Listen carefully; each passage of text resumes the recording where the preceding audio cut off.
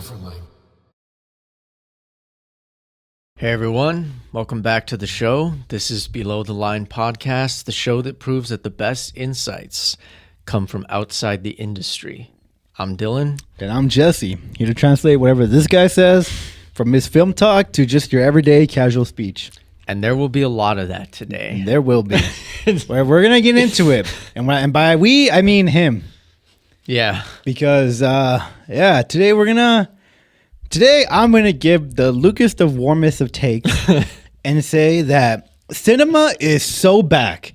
And if you're reading the title, if you're reading the title of this video, you already know what we're talking about. But I'm just gonna, keep on teasing it a little bit longer, even if you already know. Keep you in suspense. Yeah, this fake suspense. Mm-hmm. If I was a real director, movie editor, I'd have you in suspense for real.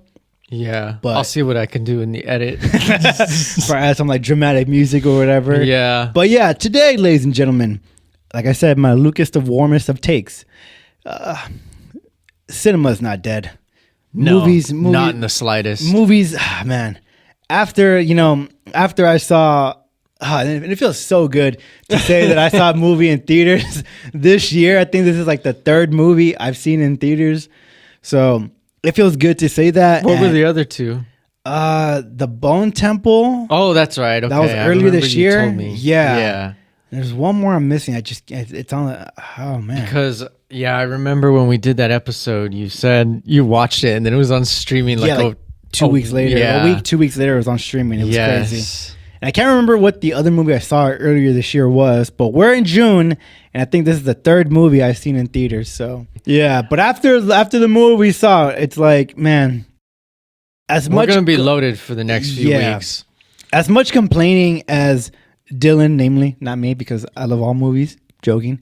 But as much complaining as like we do on this podcast about like some of these terrible movies or shows or whatever, I don't think that like that's a sign that like movies are declining or that movies are like film is just dead. Like, no, I disagree.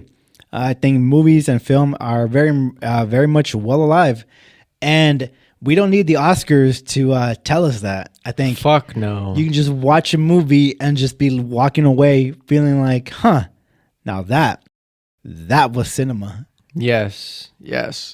We don't need the Oscars, especially after this year's awards ceremony. Yeah, especially after that. Considering when this episode will come out, I just want to say the Knicks took home the NBA Finals. Yep. So, as Timothy Chalamet put it, way rather this than the Oscars, baby.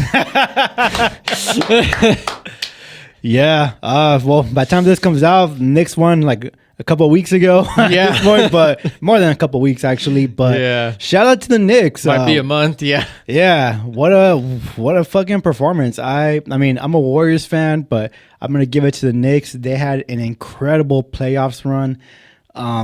No one expected the Knicks to like accomplish what they did. Until like they started the playoffs and like we started to see like, oh shit, like they're going on a historic run. Like they swept two teams like a best of seven. Two teams swept them 4-0. There's only one team they quote unquote struggled with, and I think they still won like 4-2. So like, and then the playoffs they won 5-1. Or no, I'm sorry, 4-1. So like, and Knicks basketball, incredible historic run. New York is gonna like be talking about this for literal decades. It's like Cleveland with LeBron. Like New York hadn't won any championship, at least basketball wise, in over 53 years. So like this was huge win for them. I'm sure like there's like sports teams like this in football too, where like they've been in like a drought. Like they've won before, but there are some teams that have legitimately never won a Super Bowl. Oh no, there are some like that in basketball too. But I imagine in football, like because I think you're more of a football guy. Yeah, like the equivalent would be like a football like team who like they might have won a championship or a Super Bowl 40, 50 years ago.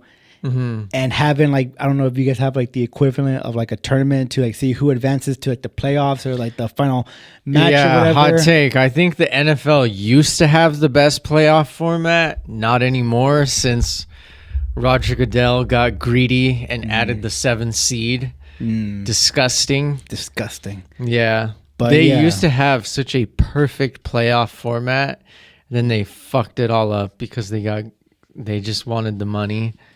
Of course. Yeah. See, I can't even talk shit as an NBA fan because the NBA fan, Adam Silver, yeah, you be doing the same shit. Like, it's just profit over the product, and it's absolutely disgusting. And you're lucky that I'm still gonna watch basketball because I love the sport, but absolutely disgusting what they're doing with the what the higher ups are doing. Not the players, what the higher ups are doing. Right. Like the sport that I love to watch. Yeah, I don't have any like real skin in the game with basketball. I'll watch the Warriors if they make the playoffs, but or the Knicks. Yeah, I can't say I have a team. I have absolutely no shame in admitting I was rooting for the Knicks purely because I wanted them to win for Timothée Chalamet. And they did. Yeah, and I'm just so sick of people on this anti-Chalamet campaign because it's still going on. It's still going on. People are hating on him for saying he would rather have the Knicks championship than win an Oscar. They're like, oh, the Oscar loss lives rent-free in his head. Oh, he's just a dude bro from New York who only cares about sports. Like, Jesus, what is wrong with you people? Like, it's so fucking lame how they are so scared to like be passionate about anything. I fucking hate these people, dude. Yeah. I think like social media brings out the worst in people. He's happy his team won. Why does that bother you? Right. No, I think I just said it, like social media is toxic or whatever, but it's always like being a sports fan on social media is just super toxic. Like, like I guess to give some basketball lore for like Levi's the fans. gonna clean that up. Don't worry. Okay, thank you, Levi.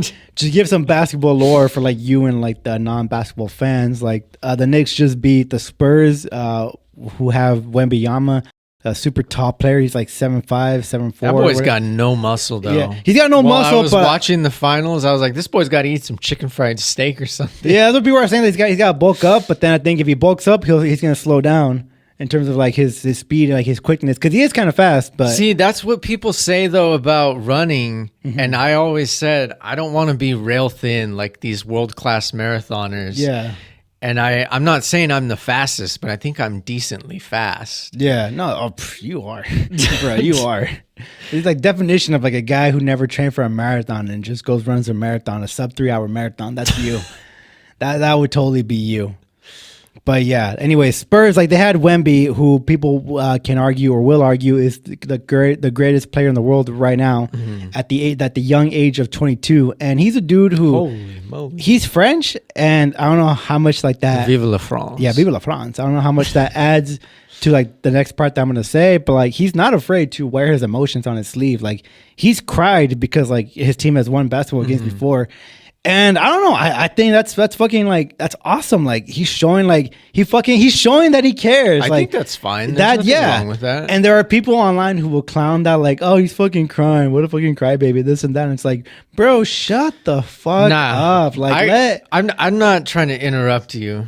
Go ahead. But hot take: if you are saying this kind of shit because sports or professional athletes are crying, you probably never actually competed, or you just weren't very good, or you have never cared about something so much that you've been driven by like actual like passion and tears. Yeah, exactly. Because like, yeah, like I think it's fucking awesome. Like he's showing emotion, like he's showing that he fucking cares. And yeah, like when the Knicks won, even Jalen Brunson was crying. Like, yeah, he covered his head with a towel, but like, you know, he was crying. And when they did like the interview, his eyes were a bit puffy, but he still spoke. And it's just like, I think that's beautiful. Like, we should not shame, like, especially men. Men already get enough shit as it is for showing emotions like on social media. But like, I think it's kind of corny if you're the kind of person who likes to mock other people for showing emotions like in sports and that's shit. Lame. That's some lame ass behavior. But anyways, Knicks won.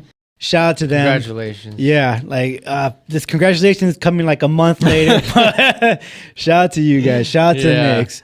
And funny enough, last thing I'm gonna bring up about the Knicks is that Ben Stiller is also like a huge. I saw that. Yeah, he's a huge Knicks fan. 'Cause I think there are some celebrities that like they're just showing there because it's like fucking Madison Square Garden. Like that's where the games are being played in New York. And it's just New York. Yeah. So it's like, all right. So I think some of the celebrities that showed High up. market. Yeah. Like fucking Taylor Swift was there. Like Taylor Swift, you are not a Knicks fan. Those of you attacking Dylan for criticizing Taylor Swift, like you don't understand what this man has been through. Exactly. I had to suffer through the life of a showgirl with those weird Charlie XCX disses that end with, it's kind of making me wet. Get out. Mm-hmm.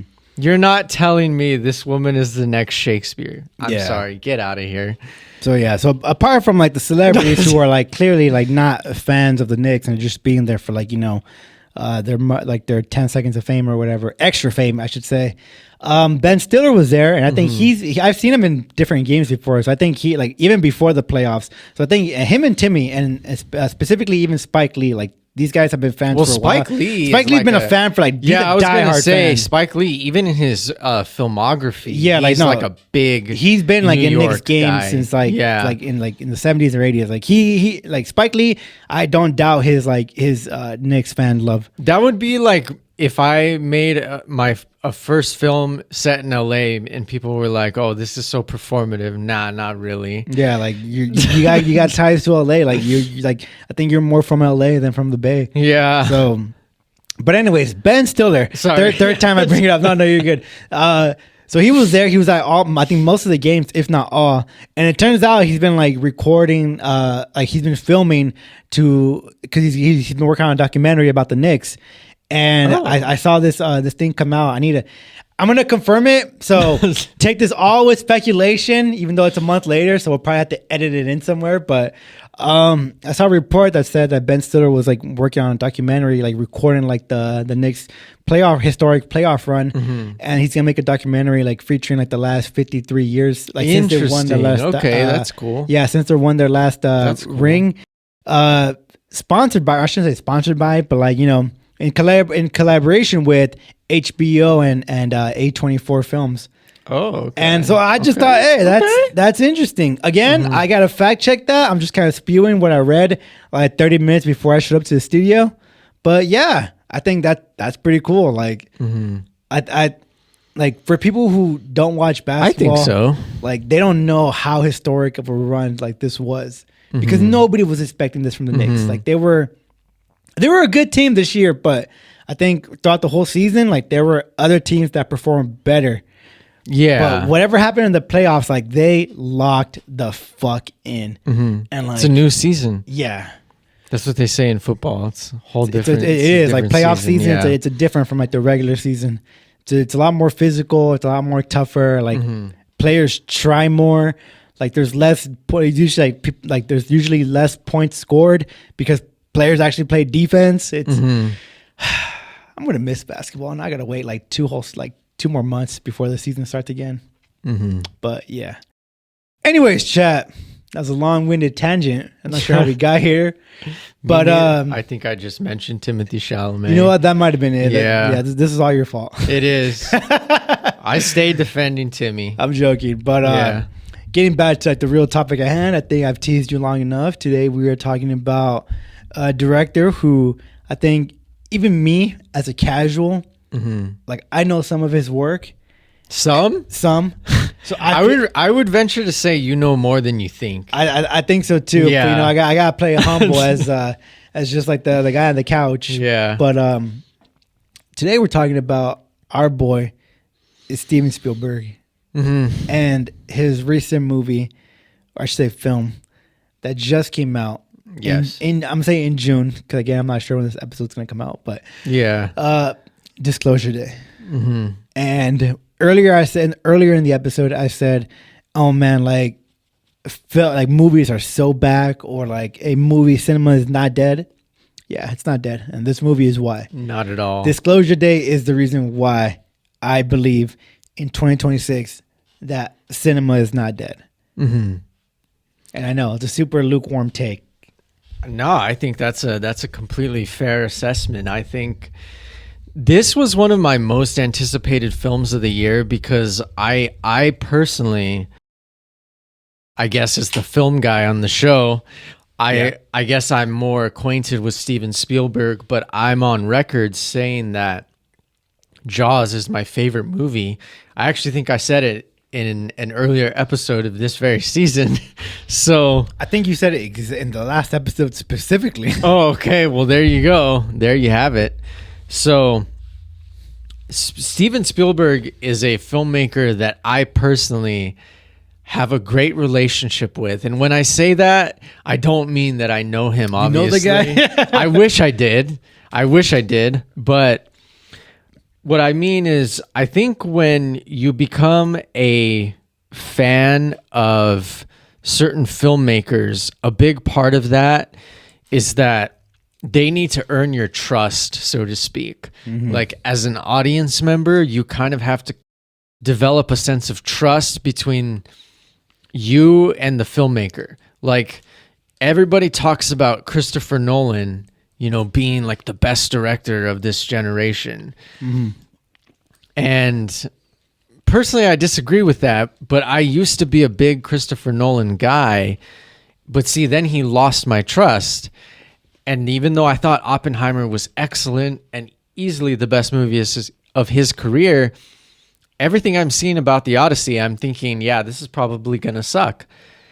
So he doesn't have my trust right now. Steven Spielberg is probably one of the very few directors who I think throughout his entire career, he has just been absolutely masterful. I think everybody knows and loves and respects early Steven Spielberg, which is Jaws, E.T., Close Encounters of the Third Kind, Jurassic Park, Schindler's List. Everybody knows that's Steven Spielberg. But people have slept so hard on late stage Spielberg. The Post was a banger. So was Bridge of Spies. His adaptation of West Side Story was beautiful. And The Fabelmans is easily, in my opinion, a top 3 film of 2022. So I think Spielberg has been remarkably consistent throughout his career. So hearing that he was returning to sci-fi, I was excited. And I think it's interesting because the very first episode of this season, Jesse said we need more sci-fi. Granted, he meant more space sci-fi, yeah, survivalist type of movies. But this is science fiction because this is the genre that Steven Spielberg, I think, kind of made his name from. And gosh, I was so excited for this. And when we sat down to watch it, I admit the movie starts in media res, and I was just so lost at first. Yeah, same. We were both lost. Yeah. Kind of thought like, yo, did we show up late? When we didn't, like, we saw previews, but started in media res, as like Dylan said. And for those of you who don't know or who need a translation, that means the movie started and it's already like in the middle of something happening. Yeah. Like shit's already happening. Yeah. You don't know what the fuck is going on. No, hey, this is Daryl. This is this is Charles, and this is what we're gonna. Nope. It was just like, boom, we're already doing You're this. You're thrown into it. Yeah. Yes. Like someone gets kidnapped or whatever, and like, hey, like someone's trying to smuggle. They're something. held at gunpoint. Or someone is held at gunpoint at a wrestling match. Yeah, and it's just like we're just like, what is going on? What does this have to do with science fiction? Yeah. They take that guy. He takes out like a little MacGuffin. He's like, ooh, stand back, and everyone's freaking the fuck out. And I'm like, I don't know what the fuck is going on, but I trust Spielberg. I'm gonna see where this goes. Yeah. And trust I did, and where it went. Exactly. So I was lost too, admittedly, but I just decided, you know what? We need to just give ourselves over to the experience and see what happens. Like Jesse said, wherever it goes is where it goes. And I think, honestly, I don't even want to say halfway through, I was very much thinking, oh, I'm in. Like, I'm so here for this, whatever is happening. Whatever Spielberg is trying to do, because I think I was already getting a grasp for what this film was trying to do, maybe a quarter of the way in. But my gosh, I was just in awe of this movie, not just on a technical standpoint, but from a storytelling standpoint and just the questions that it asks. And I think this movie, if I were to distill it into a single soundbite, this movie is a giant philosophical reckoning that Steven Spielberg has been leading up to for his entire career.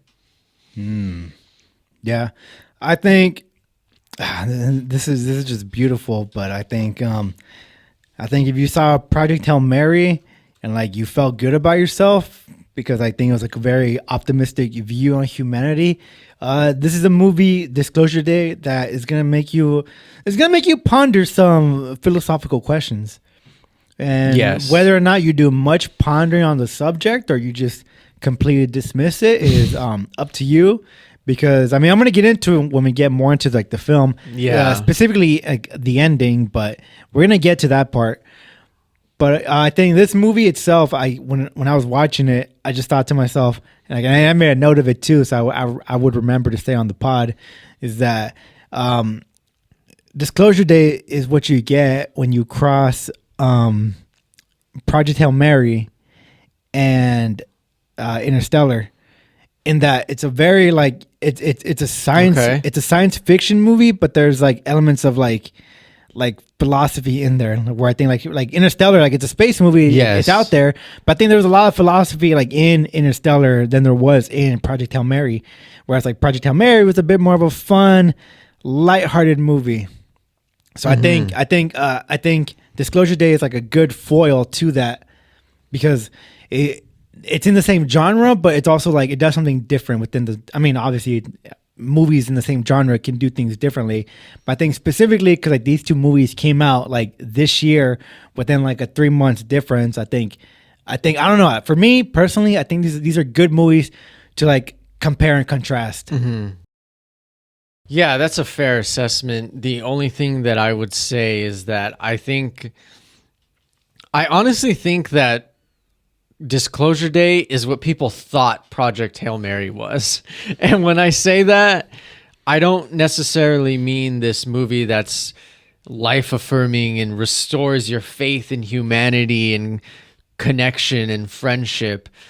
I mean a movie that is willing to ask these deep philosophical questions about humanity. It might not be life-affirming to everyone, but in a strange way, I think it is.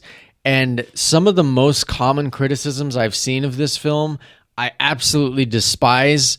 I will address those, as like Jesse said, when we get to the part of the episode where we go more in depth on the movie specifically. I'm going to address those because I think they're very, very stupid. But what I will say is, I think Disclosure Day is the movie that people thought Project Hail Mary was. I will say, and I know this is going to sound crazy considering it was a criticism of mine for Project Hail Mary.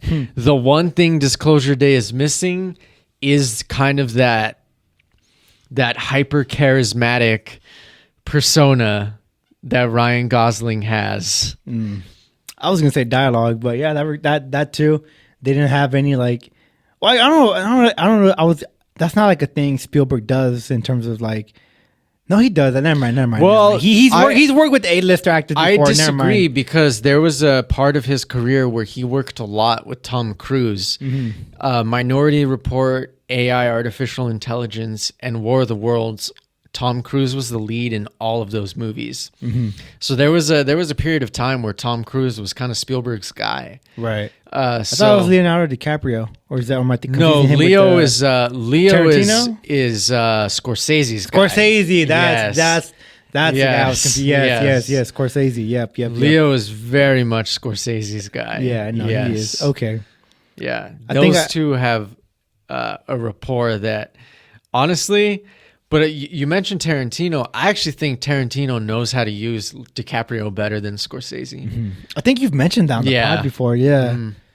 So I mean, Chad, you already know what episode we're on, but I think I said on the first episode that Project Hail Mary is like the best movie to come out in 2026, and here we are, 5 episodes later, already been dethroned. I think currently, as it stands, Disclosure Day is like the best movie out of 2026.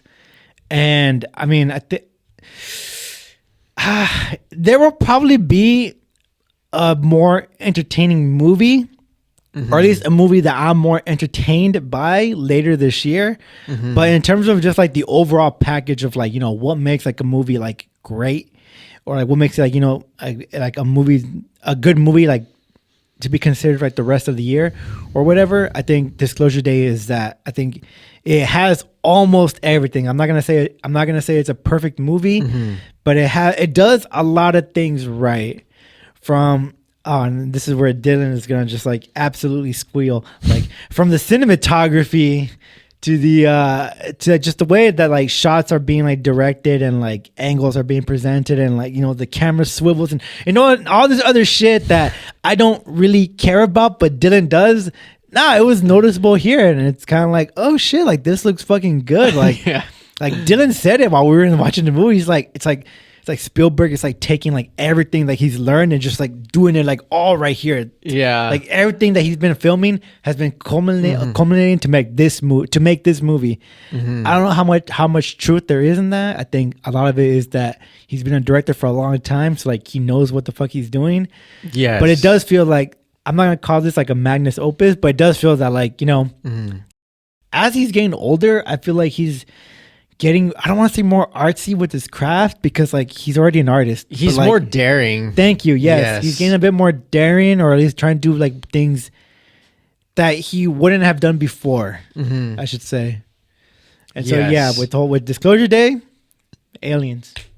And you know what I love about it is that he goes with like the classic alien look. Yeah. He decides like, you know, aliens are real, and they look exactly like how like we imagine. They basically look like Marvin the Martian. Thank you. Yeah, like how people have imagined aliens look like since like the 50s, 60s, like however long that we imagine them as like these big head, anthropologic, big eyed, like, you know, creatures or whatever. Like, that skinny limbs. Yep, that's what they are. Yeah. But you know what? But so Spielberg does that, right? He decides like, yeah, I'm gonna use like the classic look for aliens. Like that's what I'm gonna do. I'm gonna bring back crop circles. You know, I'm gonna do this whole fucking thing that, like, you know, that we associate with aliens, like at least like the older definition of aliens, like the or before the 2000s, the old pop culture, kind of identification of aliens. Yes, and in the same breath or shot, he's gonna make UFOs look weird. Like UFOs do not look like the little fucking like the cylinder little shit that we see, like, you know, like the pop culture like UFO design that we're used to seeing. Yeah, no, the UFOs here look fucking weird. So I thought that was, I don't know, I thought that was, I was gonna say cute, but that's not the right word. I thought it was cheeky from like Spielberg. Yeah, he's using like these classic designs, but the UFO, like the car or vehicle that they drive, that's what he decided to make different. I don't know. I just thought, I mean, it's not a critique. It's just like a little like benign nitpick that I saw. Like, hey, you went for a classic look for everything. So I'm glad you brought up the fact that you felt you said you were hesitant to use the term magnum opus. Yeah, I am not. I think this is Steven Spielberg's magnum opus. Oh wow. I don't think it's his best movie, because I agree with you. This is far from a perfect film. But I think the sheer ambition on display here is what carries it to be, I think, Spielberg's most important film, maybe. Okay. Yes. Most important to him, not important to like society or the culture, because obviously I think that would be Schindler's List. Right. Yeah. Okay. So you would say that Disclosure Day is a bigger magnus opus than Schindler's List? I'm going to say so, as a personal film to Steven Spielberg, knowing what I know about him as a filmmaker. Yes. Okay. Yes. See that That is a hot take. Mm-hmm. See, I'm out here giving lukewarm. Doesn't burn you to run your hands underneath them. Water, lukewarm takes. Mm-hmm. And here you are coming with the scalding hot take, calling it like his magnus opus. Yeah. Okay. Mm-hmm. Say more. Because we saw this movie it's been a few days. Mm-hmm. I'm gonna admit, chat. We didn't come straight away to the studio to record. Mm-hmm. I maybe Dylan needed time, but I'm only gonna speak for myself. I needed time to digest the film because, it's not super deep. I don't like. I disagree. Okay, no. Let me run that back. No, that's not what I meant to say. I don't think it's complicated, I should say. I don't think that this is a hard film to analyze or think about. It's not a hard film to It's not absorb. Inception, all right? That's okay. Yeah, whatever I said about Project Hail Mary and Interstellar, scratch that. It was Project Hail Mary crossed over with Inception. That was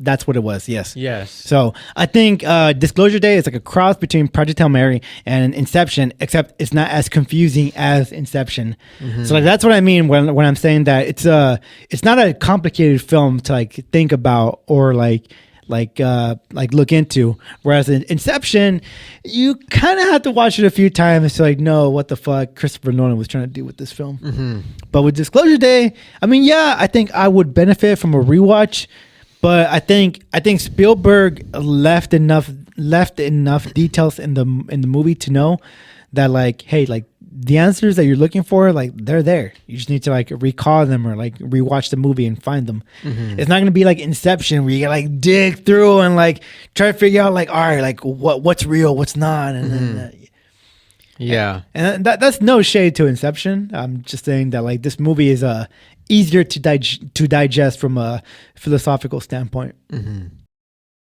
Yeah.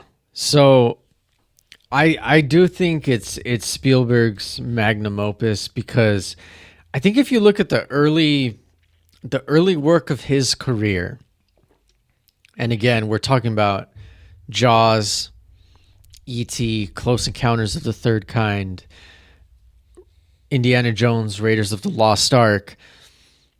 He was really known for these science fiction blockbuster films. Mm-hmm. And the one thing these movies all had in common was the element of I don't want to say the supernatural, but this element of something greater than humanity, something beyond existing. Obviously this is more explicit with things like E.T., Close Encounters of the Third Kind than it is with Jaws or Jurassic Park. Those are more creature features, more traditional summer blockbuster fare.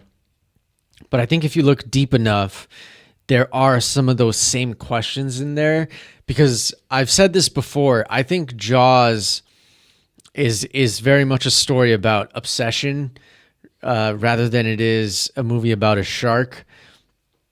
And I think Jurassic Park is this interrogation of science, and when is science taken too far? Innovation for innovation's sake, is that a good thing when it violates the natural order? And I think in some ways Disclosure Day is asking us a similar question.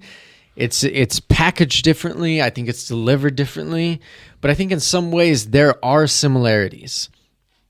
And E.T., obviously the big difference with that film is that E.T. is a friend to Elliot.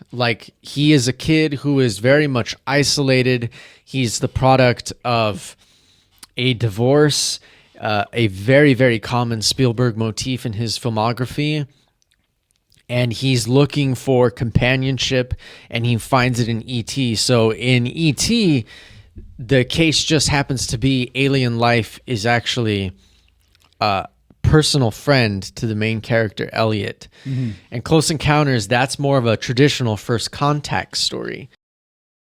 Whereas Disclosure Day, I think it's a first contact story, but it's more about wrestling with the idea of whether or not humanity can actually accept the possibility that extraterrestrial life exists. And there's all these different layers to this question, such as wrestling the contradictions between science and faith. That is a very big theme in this film. One of the supporting characters was actually in a monastery to become a nun at one point. So I don't think it's a reach for me to say that Spielberg wants you to think about things like this. Right.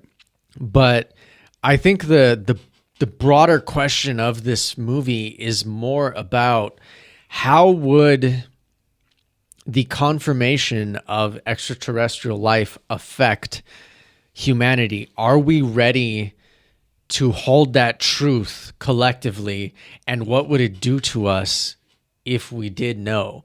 So I think in some ways, Spielberg is asking a similar question that he's kind of always wanted to ask throughout his career, but this is just the biggest, boldest, most ambitious he's ever taken it. And even though I do think it has flaws, it's imperfect, I would say this is Spielberg's magnum opus, if for no other reason than, like Jesse said, Spielberg in Disclosure Day is in complete control of his craft. This is a master at work here.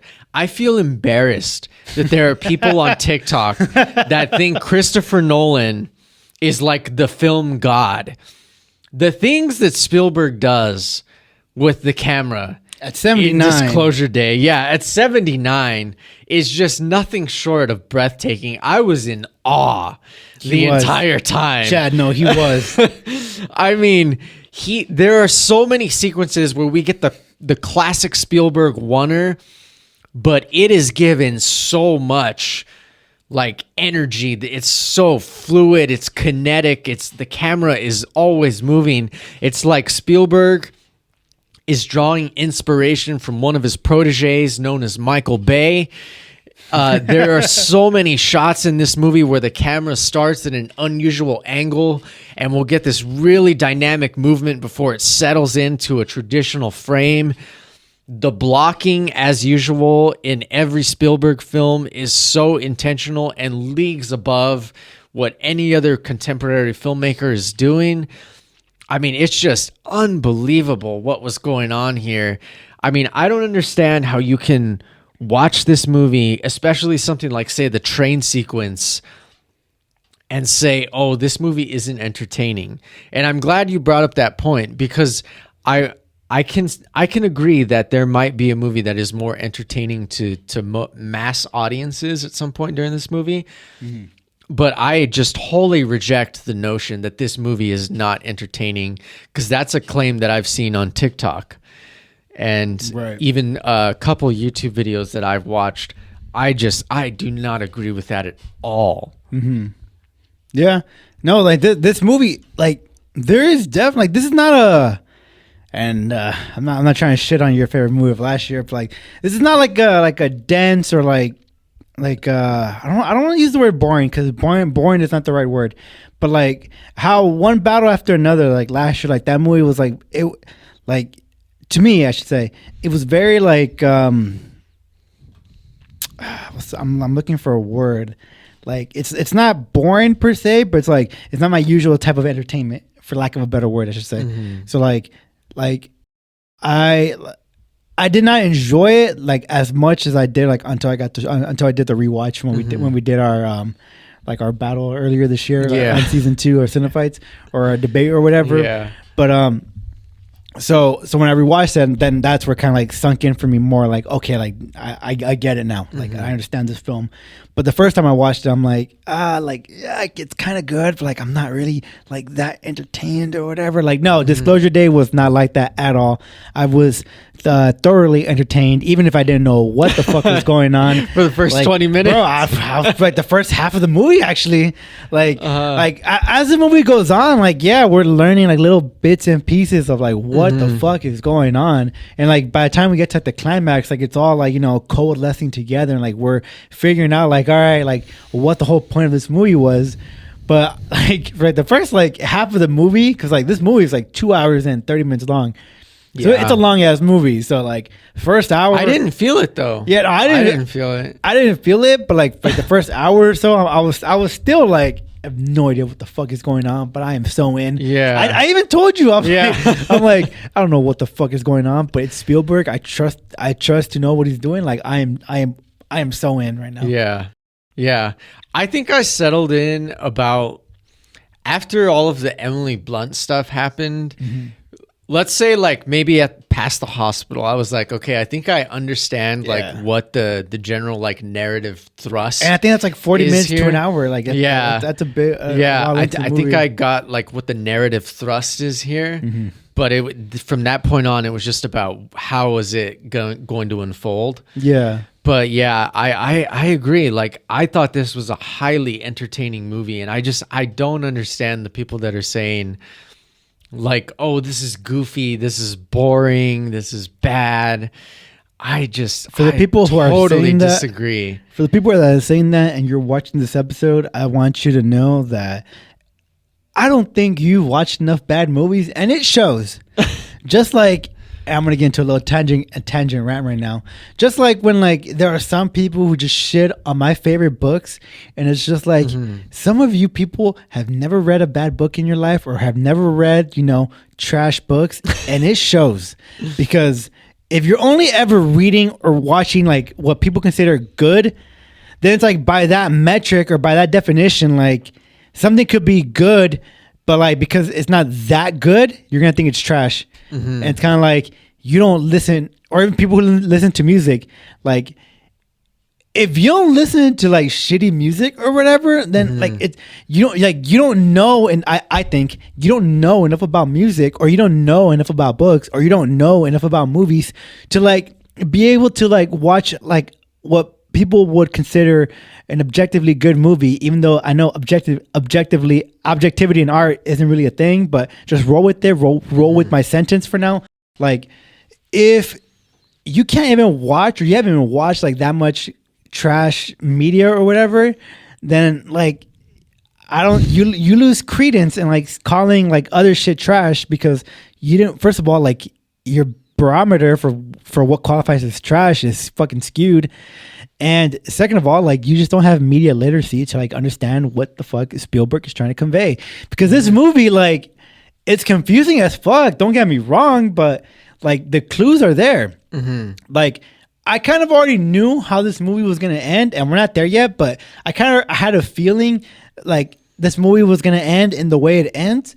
But I was okay with it, because throughout the whole movie, like there are enough clues for you to like try to figure out, like, hey, like, you know what the fuck is going on. Yeah. Because this movie, like, it's super mysterious. Even the main characters don't know what the fuck is going on. Yeah. We don't know what the fuck is going on. Like Emily Blunt's character, like not even like the main characters like know what the fuck is going on. Like we have Emily Blunt's character who, after seeing like a red cardinal show up, she can like now suddenly like read people's minds, or like she can speak other languages just from like interacting with the foreign person, even if she never heard that language before. Like I think she speaks Russian, Korean, and I don't know if it's like another language. But point being is that like her character, like she is just as confused as the audience is, very and much. We have no idea like why she has this power. So like why is this happening to her? We just know that she has to meet up with our other main character, portrayed by Josh O'Connor. Thank you. He's not a big name, but I think he caught a lot of traction for his role in a 2024 film called Challengers, because he was the lead in Wake Up Dead Man, the third installment in the Knives Out trilogy. Okay. I thought he was excellent in that. Right. I thought he was fine here, but my biggest hot take about Disclosure Day is I think it would have been a better film if Spielberg had replaced Josh O'Connor with Tom Cruise. But I understand he probably wanted someone closer in age to Emily Blunt. Yeah. Didn't stop Tom Cruise in Mission Impossible movies. No, it didn't. But yeah, like so Joshua Connor, Yeah. his character, like he's got like his quote unquote superpower is that like he can hear or he can understand, like he knows the he can understand universal numbers. language. Yeah, like he's good. He's really good at Yes. math, and he can like hear math in terms of, like he can translate math into words in his brain. Mm-hmm. I thought he was autistic. Turns out, like no, that's his superpower because Emily Blunt's got a superpower. This is Joshua Connor's superpower. Mm-hmm. So it's like you got these two characters who are like super far apart from each other, and the whole movie is They're actually connected. yeah, like the whole movie is telling us like we have to bring them together. We got to bring them together like that. So we got story A, story B. We got to bring them together, and I mean, there's a lot that goes on in the film, like in order to get them together. We have like the guy who's trying to connect them, like both of them. Coleman Domingo. I almost thought it was Idris Elba, but I didn't hear the accent, so I'm like, that's not him. But well, he's done American accents before, but I know Coleman Domingo from some of his other work. Oh, okay. Well, Mr. Coleman, he's like the guy who is trying to bridge these two characters together. He knows what movie he's in. That actor, I will say, yeah. What do you mean by that? Expand on that. Yeah, so I think some of the performances in Disclosure Day, and this is one criticism where I will actually give people leeway to discuss this. Because I like I said, the entertainment thing I just wholly reject. But I think it's fair if you want to criticize the performances, because I think there are some performances in Disclosure Day where, and maybe it's part of the movie, because I can admit as well that for the first half hour, 40 minutes, I had no clue what the fuck was happening. Right. I mean, when the movie opened up with the WWE wrestling match, I was like, what did I pay for exactly? Because I pretty much went in blind, because all I needed to know was that Spielberg directed this. That was all I needed to purchase a ticket for this film. But when it started with the WWE wrestling match, I'm like, what did I just walk into? So I think there are some performances in this movie where they feel really stilted, in the sense that I wouldn't blame certain audience members to wonder what is happening here, because it almost, what it reminded me of is it reminded me of The Happening, directed by M. Night Shyamalan, where how the whole movie Mark Wahlberg is like, huh, what's going on? What? No. Like, it kind of reminded me of that a little bit, but it didn't feel as overtly ridiculous. Right. And I think you see it most with Emily Blunt. But see, what the reason I say Coleman Domingo is a guy that knows what movie he's in is because I think he channels this frantic energy, but he keeps it grounded just enough to where he feels like a guy that's leading this, for lack of a better word, revolution, so to speak, because they are essentially fighting against a government agency that is working in tandem with the Department of Defense. So he is, in a way, leading like an insurgency group. He is a guy that knows what movie he's in, whereas at times I think some of the other actors, they don't know what movie they're in. Right. Because I think Emily Blunt, I think her performance is good, but I'm still like not in love with it.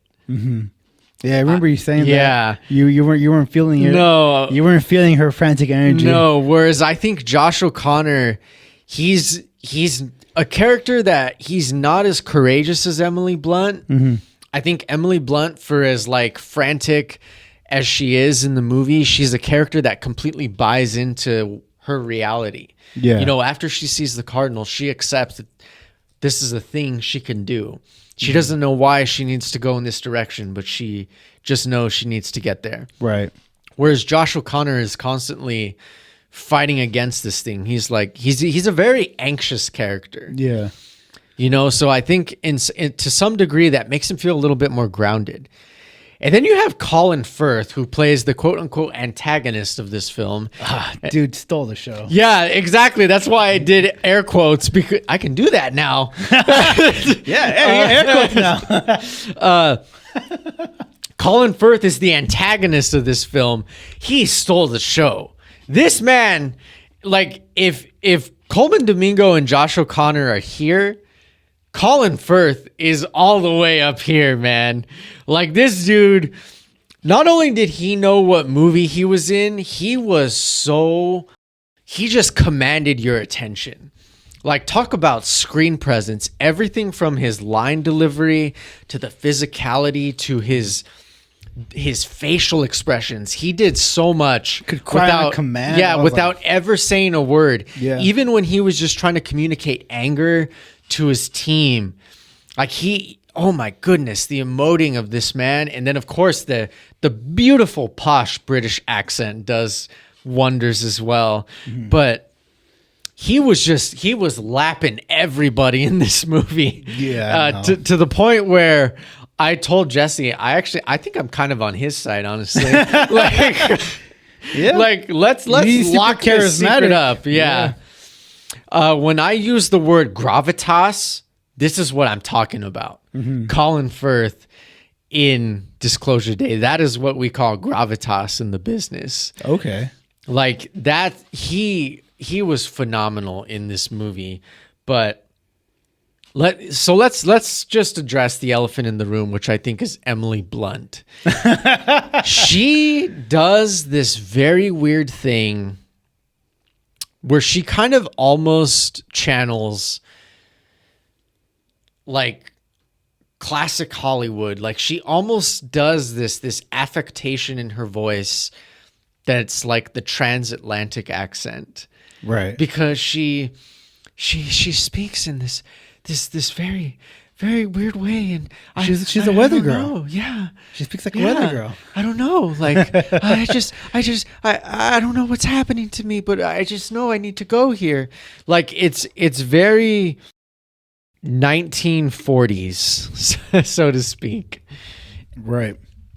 And I think sometimes I was able to buy into it, and then other times I felt like she kind of took me out of the film. And the times when I would say she took me out of the film was when she went on these massive exposition dumps. And this is a problem, I think, with the movie as a whole. It's not specific to Emily Blunt in particular. Mm-hmm. I said this movie is not perfect. And it's not. It has flaws. And I think for me, the biggest flaw of this movie is that for all of its technical bravura, for all of the brilliance on display with regards to the craft and the themes and the technical mastery that's on display here, I think the problem is the screenplay kind of shoots off in all of these different interesting directions that the plot, it's almost like falling behind to some degree. Mm-hmm. Like you said, this is not a complicated movie to absorb, and I agree, because I think we were kind of wrestling with the questions the movie was asking in real time. Yeah. Like it's a movie that's, I don't want to say it's easy to engage with, but I think it invites audience engagement. Yeah, I think it's more manageable. Like, that's why I like comparing it to Inception, because I think Inception is a movie where, like, besides the fact that you have to pay attention, like, you have to, like, really, like, try to understand what's going on. Mm-hmm. Whereas in this film, it's okay if you're lost. Spielberg will hold your hand and get you there. Don't you worry. Like, like I said, like, I was lost for like the first hour. Like, I'm already said on camera. So like, if you watch this for like the first time and you're lost for like the first hour and a half, hey, it gets better. It does. I promise you. It does get better. So I think because the movie kind of actively invites that kind of audience participation, it's almost like the plot falls behind to the rest of the movie. And what I mean is, like, there's such an emphasis on the philosophy of the film, like the ideology, the questions it wants to ask, and obviously the technical aspect, the cinematography. Oh my God, the cinematography. But the point is, like, there's all these elements to this film that are just so excellent that I think the plot kind of, it's almost like it's just a couple steps behind the rest of the movie. And so what happens is, because this is the case, is it results in these scenes where there's just this crazy sort of interaction between certain characters, where you get this exposition that's like, okay, in case you aren't following, here's what's happening. Mm-hmm. And I think when those exposition dumps are handled by Emily Blunt or someone that is not Colin Firth, I'm like, uh-oh. Yeah. Interesting. Yeah. Interesting. I find that interesting that's well, I'm sure you have other critiques, but like I find that interesting that that's your biggest critique. I'm gonna keep mine short. If I had to give one little punchline, or try to give like a hot take to like get this pod noticed or whatever, or hey guys, clip this or whatever. This movie looks great, sounds okay. And what I mean by sounds, I mean specifically the dialogue. Mm-hmm. Like, some of these lines are a bit, yeah, for lack of a better word. It's kind of like one of them, like Joshua O'Connor's character. He's got a girlfriend, Jane. I remember her character's name, Jane, and she's a former nun, and she's she's still a believer, but she was a former nun. And throughout like the movie, she's wrestling with like this idea of like, why would God make extraterrestrial life or whatever? Like, why? Like the world. She's basically like going against her boyfriend, like like the world's not ready for this knowledge or blah blah blah blah. Yeah. And all it takes for her to change her mind is one phone call with her former nun, who like at the monastery where she used to be at. Quotes scripture to her, and like, because like some of these questions are like, oh my God, like and I'm not trying to get they lay it on a little thick. Yeah, okay, thank you. Like I'm not trying to get out here and preach or whatever. Like this is a movie podcast. I'm just here to entertain you guys. But like some of these questions or dialogue that was going on, like with that scene specifically, where Jane is talking to like the sister. Oh my! It's a little heavy-handed, and it's kind of like, all right, Spielberg, like this is kind of where you're losing me. That's a valid criticism of this movie and the CGI. Sorry, okay, two critiques: the dialogue, but yeah, the CGI. Just like, I'm sorry, Spielberg, like you could have done better. Like, not you specifically, but like his team, his visual effects artists. Like I don't know, like when this was filmed know if there was or whatever, crunch. Crunch time or whatever, but. This doesn't feel like a movie with a lot of reshoots. So like I'm just that was just like one of the things that did kind of take me out of it. Yeah, with the CGI. Like if this was the like fox looked terrible. Yeah, there's no way around it. It looked like it was made out of rubber. It looked like that fox. If I could reach into the screen and pull it out, I could give it to my dog and she could use it as a toy. Yeah. Like the CGI looked a little too polished, which like if you're going to use CGI and then incorporate it into like, the real world, you got to give it like that real world grittiness or like that depth and that makes it like feel alive. What's so interesting is I guarantee this was shot on film because it was photographed by Janusz Kaminski, who has been Spielberg's regular cinematographer for a while now. But like you said, I think at this point, Spielberg just has so much experience that he's willing to be a little bit more daring. That's why it felt like so alive compared to some of his past work. But I guarantee you, I'm like 99% sure this was shot on film. Yeah. I bet it was. And so like that those are like my two biggest criticisms is the dialogue. I mean, not all the time, but just sometimes the dialogue could be bad. But the CGI was 100% bad. Like throughout the entire film, it just looked cheap for lack of a better word. It just looked cheap, which I can accept if it's like a B or C tier movie. Yep. Shit, I can even accept it if it's from a Marvel movie. But fact is, this is Steven Spielberg. This is Steven Spielberg. Yep. And it was shot on 35 millimeter Kodak celluloid. They used Panavision, Panaflex, Millennium XL2s, which are like the go-to celluloid cameras for directors that can still demand that they shoot on film. So yeah, because the movie looks great absent the CGI. Yeah. And it's like when one of my biggest criticisms is that the Marvel CGI looks better than this shit. That's a big critique. Yeah. And I think as much flack as Dylan gives Marvel and their colors and all that, at least their CGI, I think, and I feel like you would agree, the Marvel CGI looks better than this. I think for the most part, the Marvel CGI is good. Sometimes you run into issues like the Ant-Man and the Wasp Quantumania. With that moron that was it was just a stupid head. I don't know what the fuck was going on. That was horrible. Yeah, sometimes you run into that. But, but for the most part...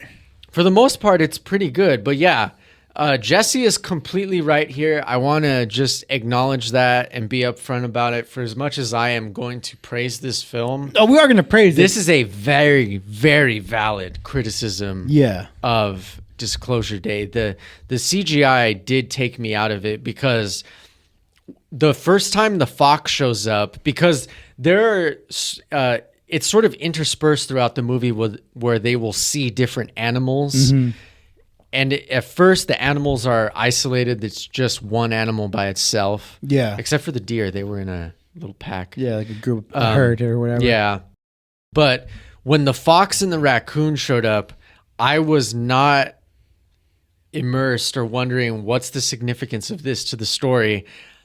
I was actively trying to figure out, why does this look so bad? Why does this look so bad compared to the real world textures of the setting? So when I'm consciously having that thought process, that's when you know the CGI is not good. Yeah. But take away that, or at least make it better, and tweak out the dialogue a bit better, and this is damn near a perfect film. It's very close. It's very close. But already, that being said, like I said earlier, this is the best movie to come out in 2026. And it's the reason why I'm saying hey, cinema's not dead, guys.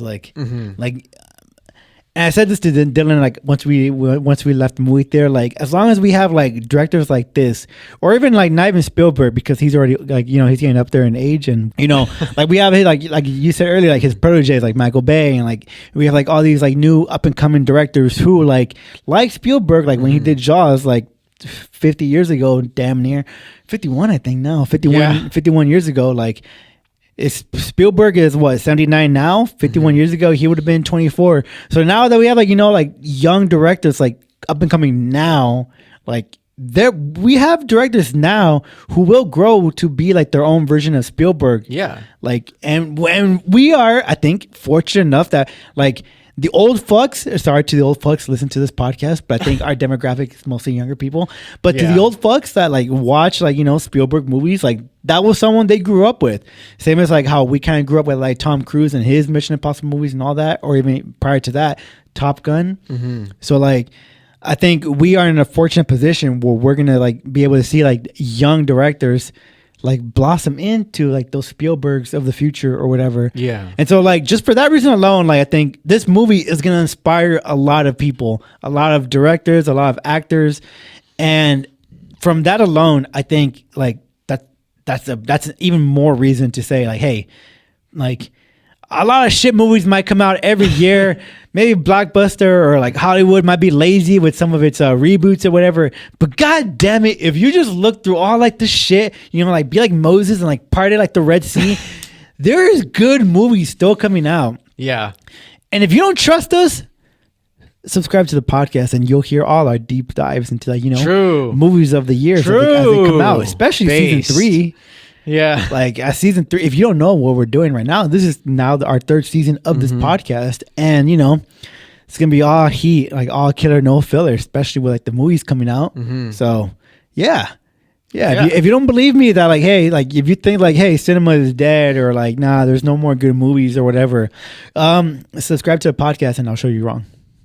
I agree. Yeah, easy plug. I am very and smash that like button. Yeah. On YouTube. Oh, that's a good one. Smash that like button so it lights up below the video. Yeah. But I wish I can finally say that. Yeah, you can. And they can see it. Like I said, just like I can finally do air quotes.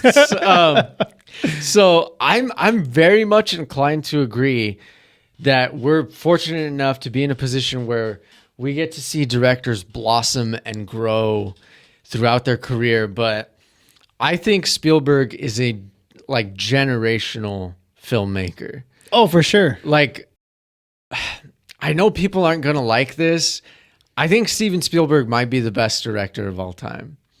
And the reason I say I know people aren't going to like this is because specifically the film school crowd. Over Scorsese? When they go to film school, there's like this very common sentiment that they're like, oh, Spielberg, he's not a good filmmaker because, he doesn't have these abstractions of like directors like Sidney Lumet or, like this and that, or, he doesn't have like the sophistication of someone like Martin Scorsese. Or the most common criticism I've seen is Spielberg is too sentimental. He tells you how to feel with his movies. I disagree completely. I think that Steven Spielberg, his work speaks for itself, and his evolution up until this point, I think, it's just been so fascinating to watch. Whereas I think Scorsese hit a very clear low in his career in the 2000s. And I think you take Spielberg's lowest moment of his career, it's better than most directors. Like, I don't want to say peak, but their ascension. Right. Yeah. Okay. But I'm glad that you brought up like the older generations, because the single most common criticism I've seen about Disclosure Day, and it's something that I cannot stand, is that this movie feels like it was made by a boomer who accomplished all their dreams. No. That is so unbelievably cringe. oh my God. That is such a thought terminating process that you're just not, again, you are not engaging with the film at all on its own merits. Yeah, I'm sorry, Chad, if you think that way. Like that's just vapid. I'm sorry. I don't think our audience thinks that, because obviously I think if they're dedicated listeners, they know we don't necessarily agree with that type of criticism. So we always have like new listeners. Yeah. And like, hey, I'm talking to you, Chad. Like, hey, if you think that way, because we're gonna get a lot of new ears listening to this. New like, eyes, like, yeah, like, hey, what do they have to say about Disclosure Day? Let me see if I disagree or not. Well, I'm telling you, disagreeer. If you think this movie is like what'd you say, a boomer who accomplished. People have said like this movie was made by a boomer who has accomplished all of their dreams. Yeah, if you think that, like, I'm sorry, we are speaking totally different languages in terms of just like media literacy, because.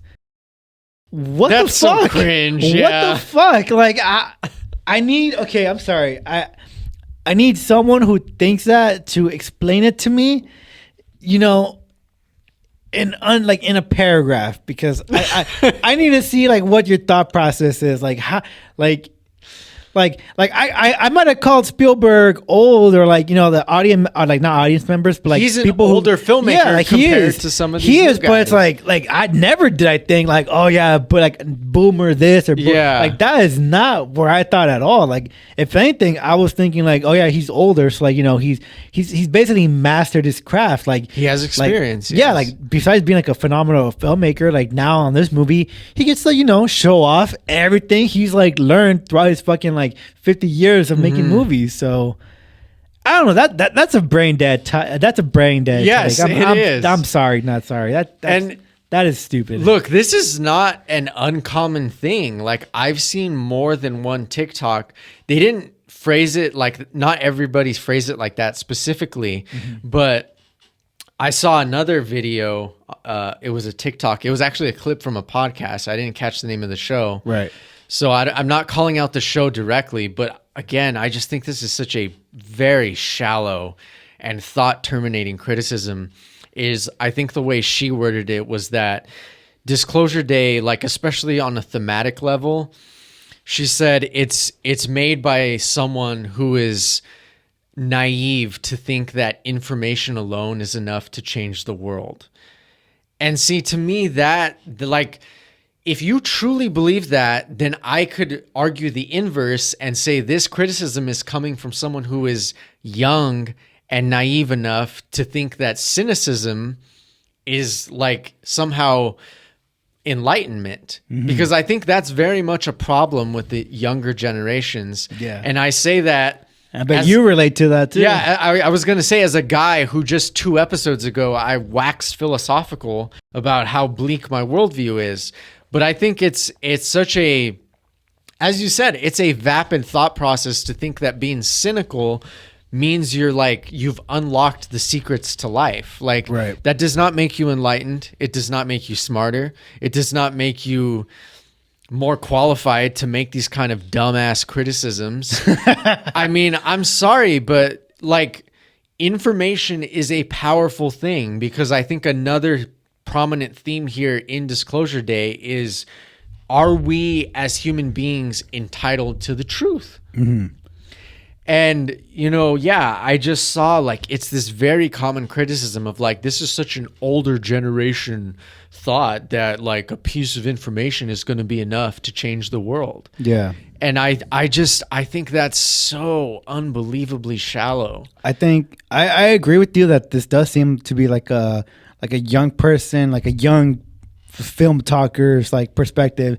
And I don't want to get on here and get all grandiose about how to critique or watch movies or whatever. We need clips. I mean, I love this energy, but but no, I don't want to stand here at all, tell people how to think or whatever, because at the end of the day, I'm my tagline on the show it's not that I want you to tell them how to think. I want you to encourage them to fucking think. Yeah. No, I do have a point with this. But it's my tagline on the fucking show that I'm just here to translate whatever the fuck Dylan says from, his fucking film talk to regular speech. So I'm trying to stick with that shit, but hearing what you said, I think I do agree that it does sound like a young person's take. And my only pushback to those young people, or to people listening to this episode who think similarly, or are thinking as they're watching this, are thinking, yeah, what's wrong with that? That seems like a valid view.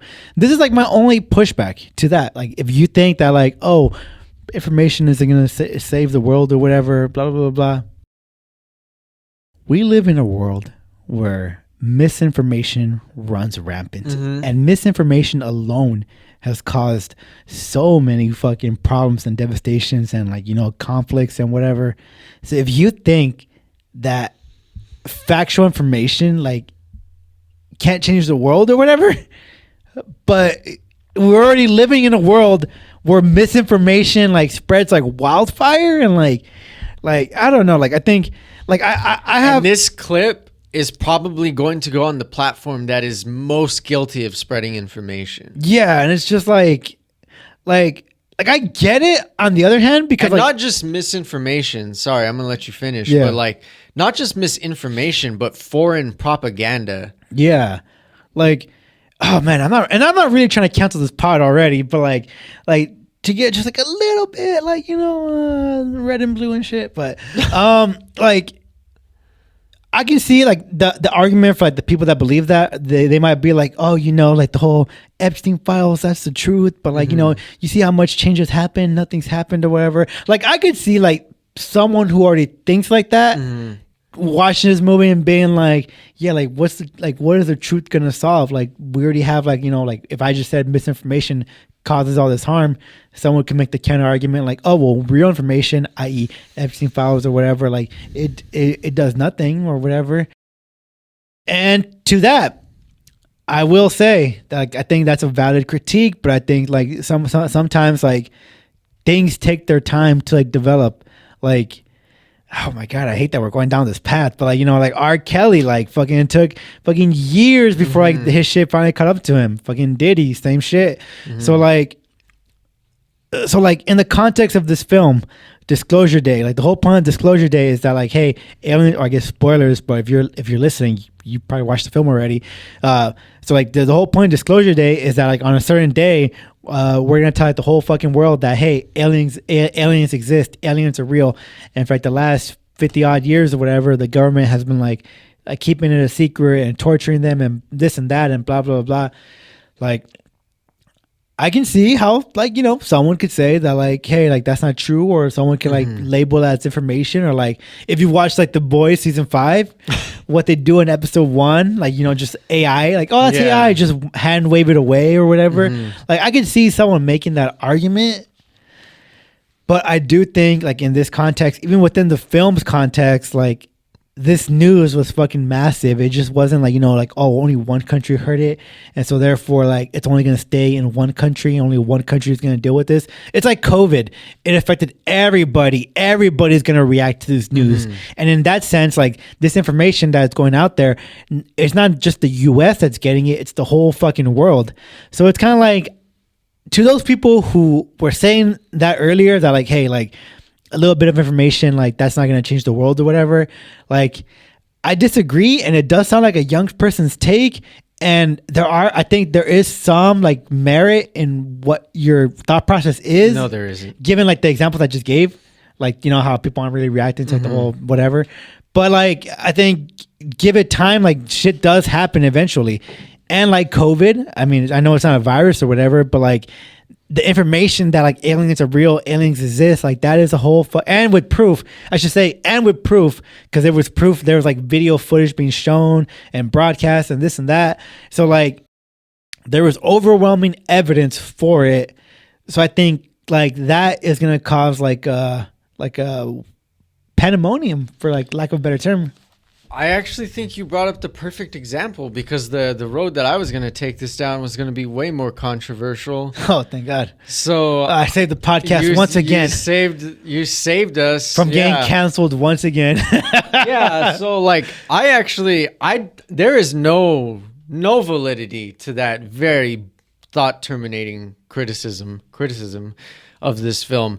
Information is the most valuable thing in the world. So you're telling me, you're going to sit there and tell me that the information that you learned in college is not valuable? Oh, that's a good one. Like, what kind of fucking stupid ass like opinion is that? That makes no sense to me, okay? And look, this wasn't a recent conversation, but like you brought up the Epstein files, and the one thing that I will say is, yes, just because there is a big revelation does not mean that there's going to be some massive change or consequence overnight. Yeah. Things take time to develop. And what I want to bring up is that I once had a conversation with my grandparents about Watergate, because, you know, obviously they were alive for that. Yeah, like they saw it in real time. It was unfolding in real time. And I remember because I think I mentioned before, my grandma was a very, very big supporter of JFK. And obviously this wasn't the JFK administration, but it was Nixon trying to, you know, get a second term. One of the biggest political scandals in the history of our country. And I had asked her, like, at the time when this Watergate scandal was revealed, did you actually believe that this was leading towards something? Did you believe that this revelation would lead to some kind of consequence? And she said, absolutely. She said she just knew, like intuitively, she knew that even if it didn't happen the very next day, that there would be consequences before it. And sure enough, it not only led to the Nixon resignation, but the information is out there and everybody knows the truth. Things take time to develop.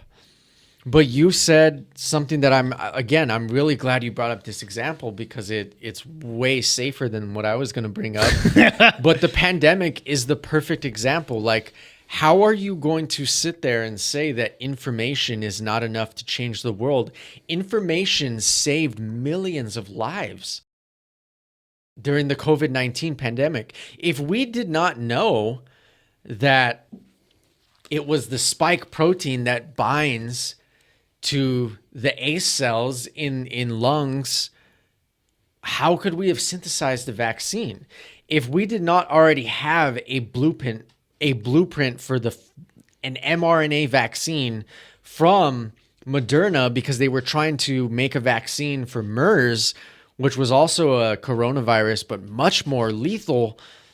If that technology did not already exist, and then they, very quickly repurposed it to be a vaccine for SARS-CoV-2, which is the virus that causes COVID-19, how are you going to argue that information does not save lives? Are you also going to argue that the information that learning that famotidine, a medication that treats heartburn, inhibits the virus's ability to bind to mast cells, which prevents severe lower respiratory symptoms, which reduced deaths? How are you going to argue that information does not change the world? That is such an unhinged take to me. Like this, you just brought up the perfect example, because now I'm about to go off. Like, I mean, how are you going to sit there and say information cannot change the world when the information that we learned through the most coordinated and quickest scientific rigor in the history of the world allowed us to create a vaccine in less than a year for the worst pandemic in 100 years to save lives? How are you going to sit there and say information doesn't matter? That is a completely ridiculous claim when it is information that saved lives and has reduced COVID-19 to nothing more than a seasonal illness. That is such a thought-terminating, vapid criticism of Disclosure Day that I have clearly just shut down completely. Okay, there is no reason to actually engage with that criticism, because the fact is, what the United States did in conjunction with BioNTech, Pfizer, and Moderna to create the COVID-19 vaccine, all based on scientific study, the scientific method, and information, that is the single greatest testament in the world to why the U.S. is the leader in biomedical research and development. Okay, it doesn't matter. See, it doesn't matter that this happened under the Trump administration. The fact is that it happened as a result of information. That alone is a testament to why the United States is the leader in this kind of stuff. It is one of the most shining scientific achievements in our lifetime, and arguably in the history of the world. To say that information doesn't matter when it saved you from the worst pandemic since the Spanish flu is fucking asinine. Well said. Very, very well said. And I believe this is now our most controversial episode.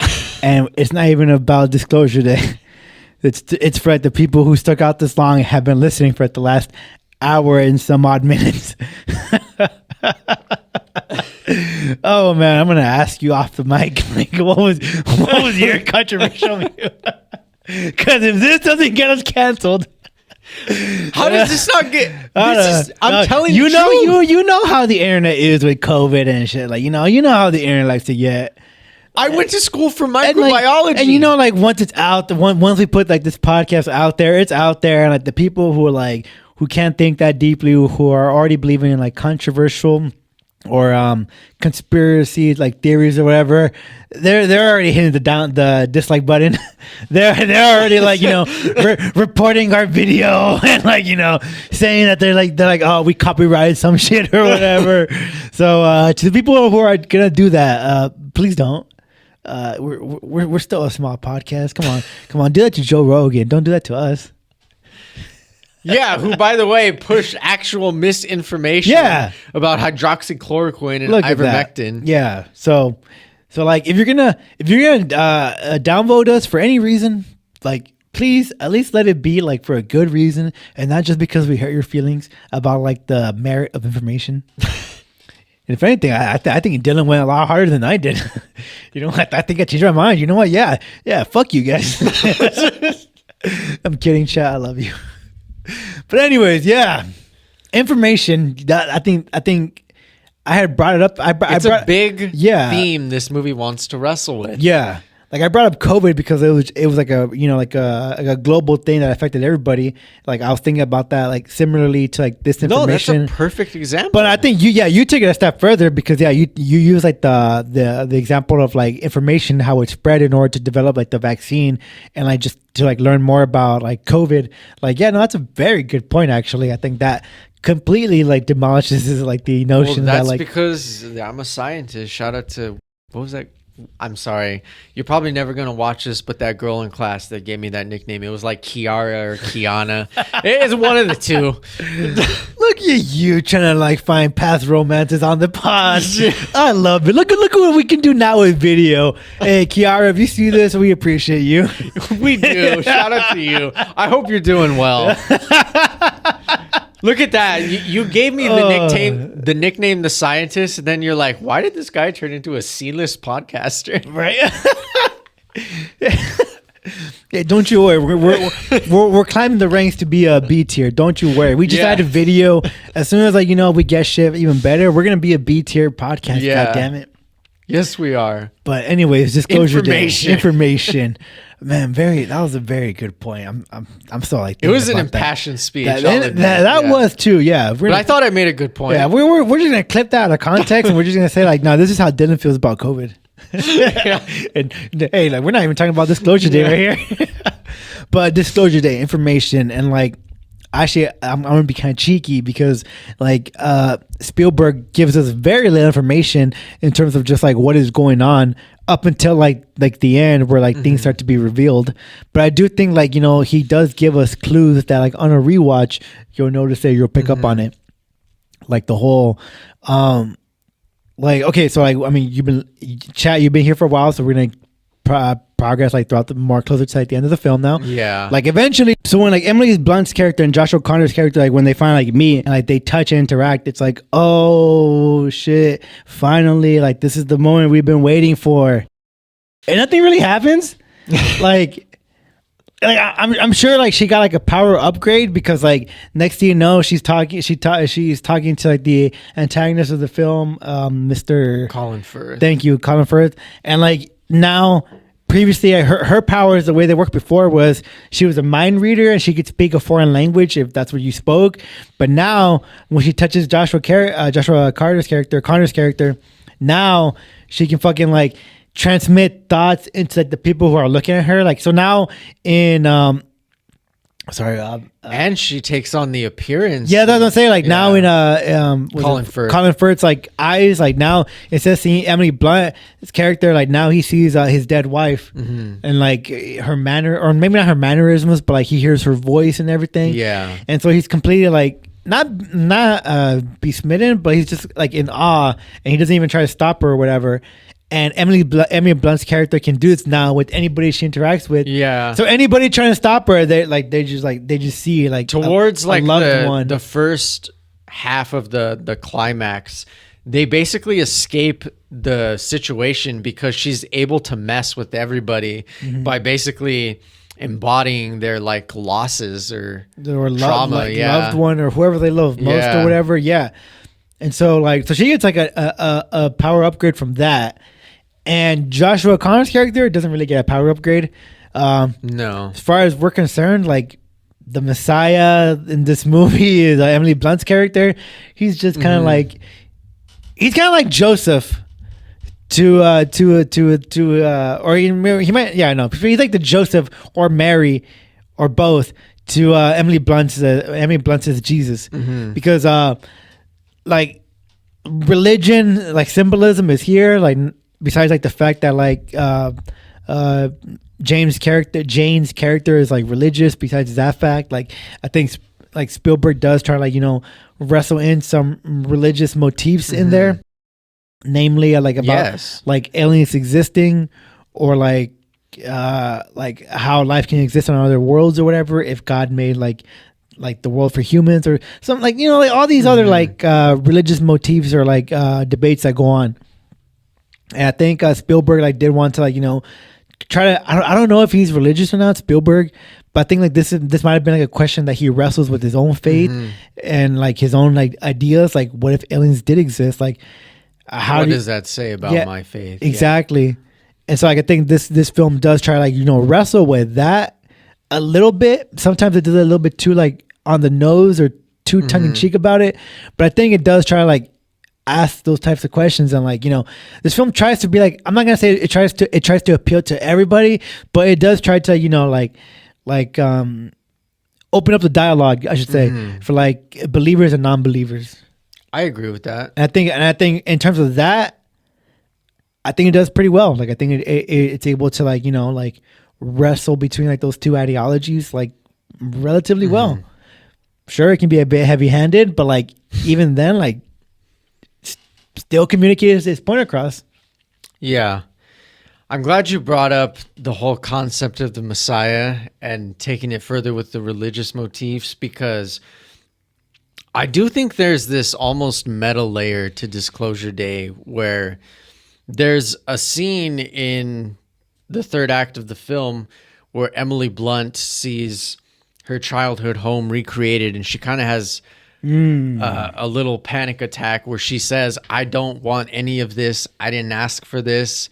I will not be your savior, in a sense. And I think in some ways, this is Steven Spielberg channeling himself, saying, like, as someone who has wrestled with the question of whether or not extraterrestrial life exists for so long in his career, probably even during his life, because E.T., he said it was a very personal story for him, because Spielberg does come from a divorced family. So, there was a point in time where he was really needing a friend because of, the emotional damage that did to him. And so E.T. was kind of like his imaginative way of having that friend when he needed one. And so I think there's this almost meta layer to Disclosure Day of Spielberg saying, like, just because this is something that I've wrestled with for a good portion of my career does not mean I have the answers. I will not be the guy to do this for you, to deliver this for you. I cannot answer any of this.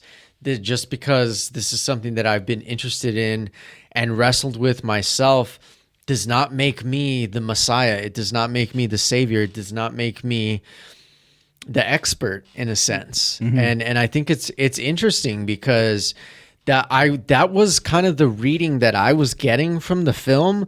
But at the same time, it's so interesting because there is this level of just truly unmatched craft from him as a filmmaker on the technical side. Like, he is so far and away above his contemporaries. I mean, I know it's like people are gonna like misconstrue this as me taking shots at him. It's just that film bros are so in love with the guy. But like Christopher Nolan, like I challenge anybody to truly watch a Christopher Nolan film and then watch Disclosure Day and say that Nolan has even half of the technical brilliance that Spielberg has come to master. And yeah, you could argue like, oh, well, Spielberg, he's been in the industry longer. But again, I would say, call back to season 1.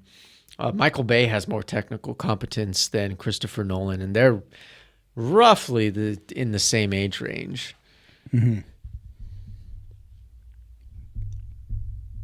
That's fair. I think. Oh man, like, see, like this is where like I have to like give you the mic because like this is where like where this is like totally like your realm. Like you are a guy who is able to like notice like a director's style or camera work or signature. Whereas like, I mean, I can kind of see it. Like, for example, I'm thinking Tim Burton. Like, he's got a specific style. It's usually like very, very I'm gonna say got like emo. a grungy aesthetic. Yeah, like macabre. Like, yeah, it's like a goth. Not goth all the time. Yeah, he did do Wednesday, but it's not always like that. But like very like macabre. Like, cause he's also even done animated films like Nightmare Before Christmas or like Coraline. Yeah, Coraline. So I think like some directors I'm able to like recognize right away. Like, oh, they have a certain style or aesthetic to it. Quentin Tarantino, I think. It's easy for me to say that because he's only done like 9 films, so it's really easy. Fair to, enough. Yeah, like if you watch all of them, you've seen all Tarantino's films. Tarantino movie. Yeah, like you know what his movies are, and like they all like if you watch them all, you're gonna pick up on patterns and like certain like stylistic choices or whatever. I don't know if I'm like that for Spielberg. Like I was looking at his Wikipedia like earlier, like an hour ago when we were recording. And like I do recognize some of his movies, but I don't know if I recognize enough of them to be able to say like, oh yeah, this is like a total like Spielberg thing. Like I see explosions or like crazy dynamic camera work, and I think, oh, that's Michael Bay. I see it. When I watch Ambulance, I'm like, oh shit, like yeah, that's Michael Bay. That is like he is totally in his element right there. I don't know if I can say that for myself. If I can say that for Christopher Nolan or well, actually no, I can say that for Christopher Nolan.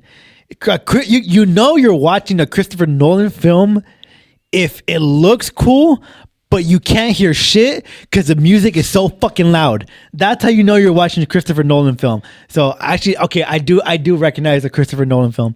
It's Spielberg where I gotta like work my way like.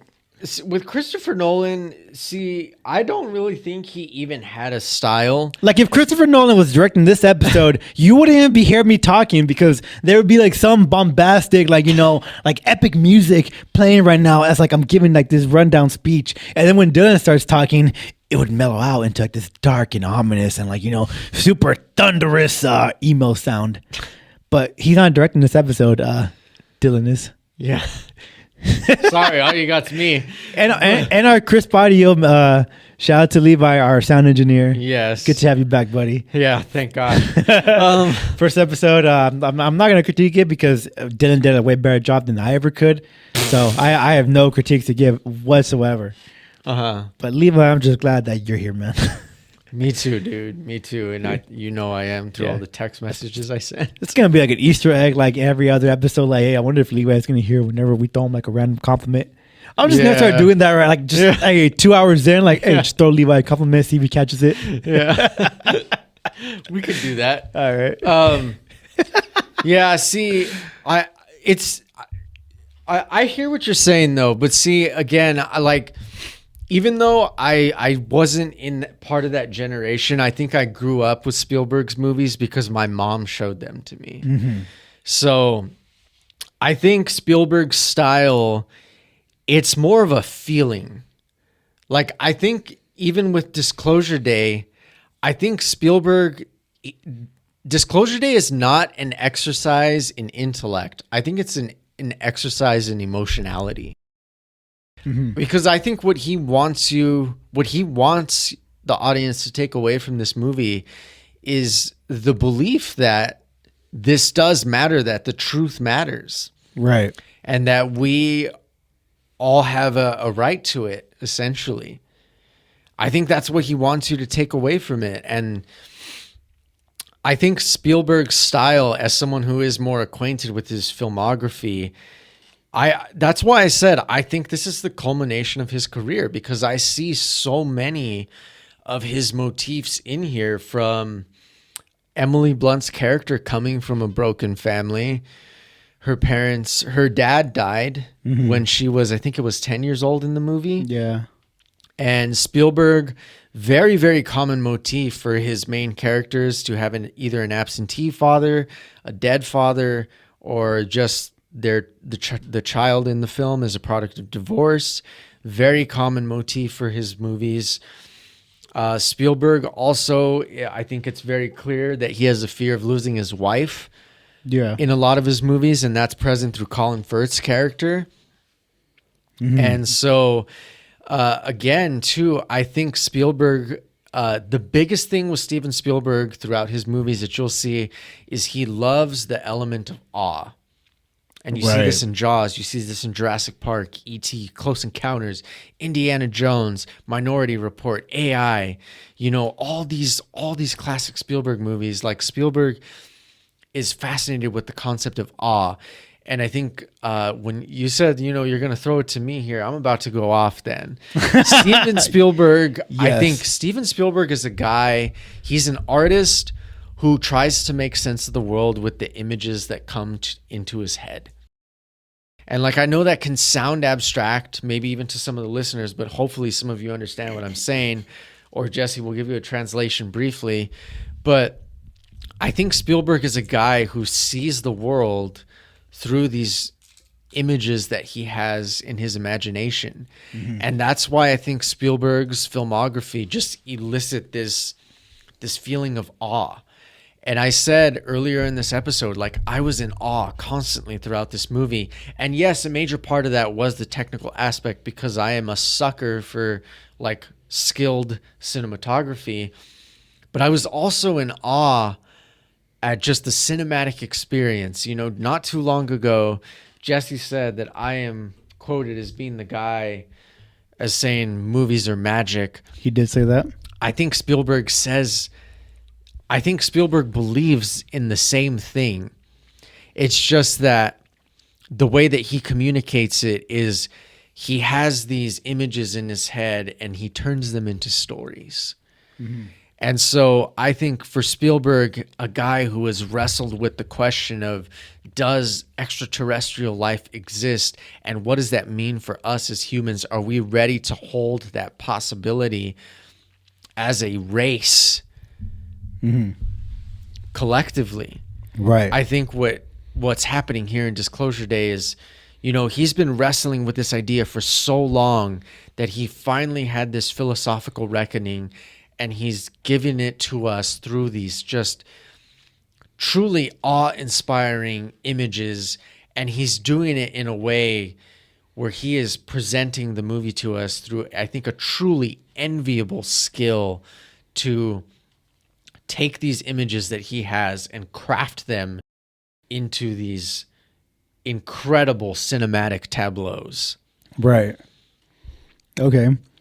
Chat, to translate, honestly, I'm going to have a hard time translating because, okay, I'm going to speak to all the artists out here, whether you're a musician and you like to draw, or if like you like making videos or whatever. Like this kind of only really applies to artists, because I don't know how to explain it to like non-artists. So like me, like I like drawing and shit. I'm like, you know, hey, I did the logo for the seasons, yay. But like what Dylan was saying about like seeing something in your mind and like trying to like, you know, like put that into the world, like I think that's just like a very natural way that artists think. Like they have something in their head and like they try to like extract that and put it out to the world. For Spielberg, it's through his camera work, it's through his storytelling, it's through his like everything that he does when he makes a movie. For me, it's just like the way that I see the world and like how I try to like capture like an image or an idea or a concept, and I try to like draw it or whatever. And even then, sometimes like I'm not exactly like drawing what I see in my head, and it's more of a skill issue. Just like I'm sure like for some movie directors, when they were first starting out, I bet they had like scenes in their head that like they wanted to like film or shoot, but they can never do it right because like they were still inexperienced or they lacked the skill. Like I'm gonna be honest right now, chat, like the artwork for this season, like it's like relatively there, like what I had the idea for. Like this is what like the idea that I had, like, oh, you know, Hollywood Sign, Below the Line podcast, you know, with the hills and all this, like that was the idea, but the execution wasn't exactly there. And this is just because like I'm more of a traditional artist, so digital art is something I'm still learning. So like the idea that I had in my head, like it's there, but it didn't fully translate. And I imagine it's like that. Like if you're an artist, if you're a musician, if you're a video editor or whatever, like you have an idea and it's in your head, but then when you actually do it, it doesn't come out exactly like you wanted. And maybe for like people who don't have your eye, or who maybe don't share the same artistic tendencies as you, they might not see it. Like they might see your artwork or your video or your song, and they might think it's fucking perfect, it's great, and like they don't even see like the flaws that you see because they don't have like your discerning eye. So like, to translate what Dylan says, like I can only translate it for artists. Like I don't know how to like explain this concept to like people who don't like at least do an art or something. Like just like, even if you're like even if you're a fucking engineer, like a math nerd, like that's math art. Like you have something in your head, and like you're able to like an architect, like you're able to like put that out in the world or whatever. So it's just like, for me, like if to just explain it, it's just something like it's an artist's mind. And like like I explained it in the context of like, yeah, like I draw shit, like I take it from here and put it out there. Dylan explained it from like someone who does like movies. Like he's quoted as saying movies are magic. So like I'm sure Dylan has like a brain like that. Like he might not like have like the necessary skills right now because he's still like a young dude compared to like Spielberg. But like give him a camera, give him like a decade, and give him practice, you're gonna see like what's up in here in Dylan's mind in terms of like, filmography and shit. So yeah, that's the long-winded translation of what you said, which I don't think I translated it any better to say. I said this. I said the same shit you did, just probably with more words. I just think Spielberg, he very much values the experience of awe and wonderment. I think he thinks those are two very important human experiences, and he cares so deeply about trying to give you those experiences through these images in his head, and then that he tries to craft through his films. Right. And I think, Disclosure Day is his big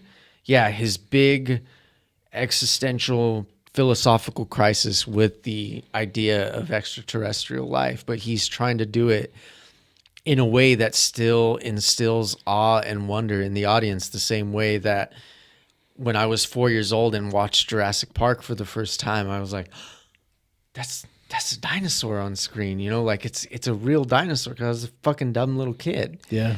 Like, I feel like I missed out on that trend. Like I was never big into dinosaurs as a kid. My brother was. My brother fucking loved dinosaurs as a kid.